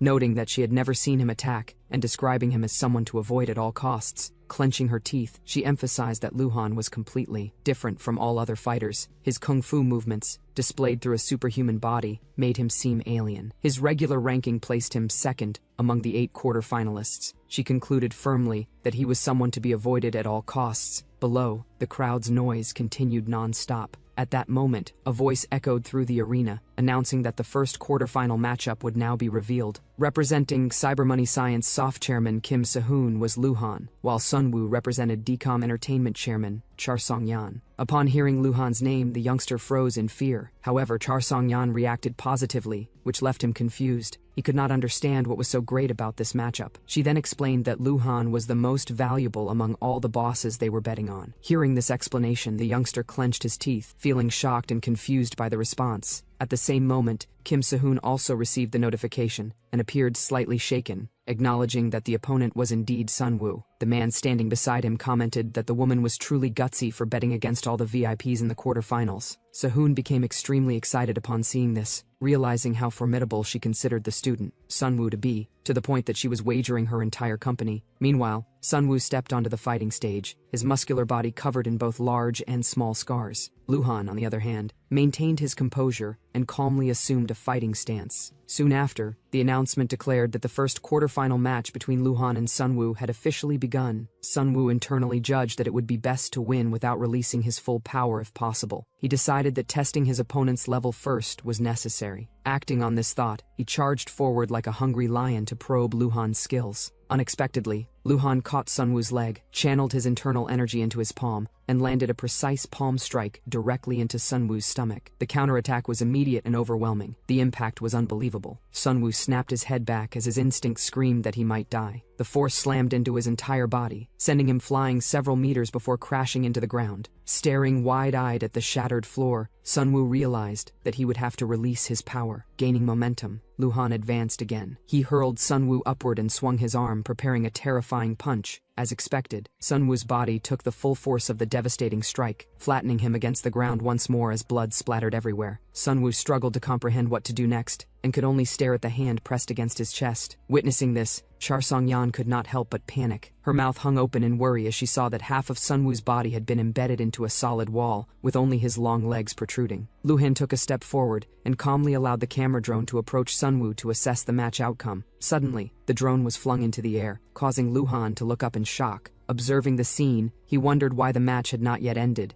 At that moment, deep within the wall, black energy began gathering around Sunwoo. Inside, Sunwoo's eyes started glowing, and a devilish smile formed on his face. Outside, Luhan raised his hand, preparing to knock Sunwoo out, believing that finishing the match required only one decisive move. Without hesitation, he charged forward with his full power. At that exact moment, Sunwoo burst out of the deep hole and delivered a powerful kick straight into Luhan's chest. Sunwoo lowered his head, revealing an overwhelmingly arrogant expression. Luhan stared wide-eyed at the sudden reversal, his lips pressed tightly together in confusion. In an instant, everything had changed, and the tables had completely turned. Luhan leaped up and kicked straight towards Sunwoo's face, deciding that there was no need to go easy on a mere kid. His intention was to finish Sunwoo using his legs. Unexpectedly, Sunwoo dropped low and dodged the dangerous blow. He immediately transitioned into a handstand position and launched a powerful kick at Luhan, sending his entire body flying through the air. Luhan could not help but feel impressed by this ability. He flipped midair and landed gently on the ground. Lightly placing his foot down, he acknowledged the exchange, bringing his hands together in a posture reminiscent of ancient martial arts masters. Sunwoo watched curiously, questioning what he was witnessing. He sensed that striking Luhan felt strangely uncomfortable, as if his body were made of rubber. Bringing his hands together, Sunwoo nodded internally, realizing that to fight a wild beast, he would have to become one himself. With that resolve, Sunwoo shifted into a new stance. His fingers bent downward before spreading forward, radiating predatory intent. Luhan's posture resembled that of a roaring lion, appearing overwhelmingly powerful and almost mystical as he faced Sunwoo head-on. That's it for now. If you enjoyed the video, don't forget to like, share, and subscribe for more. Let me know your thoughts of this manhwa through comment section.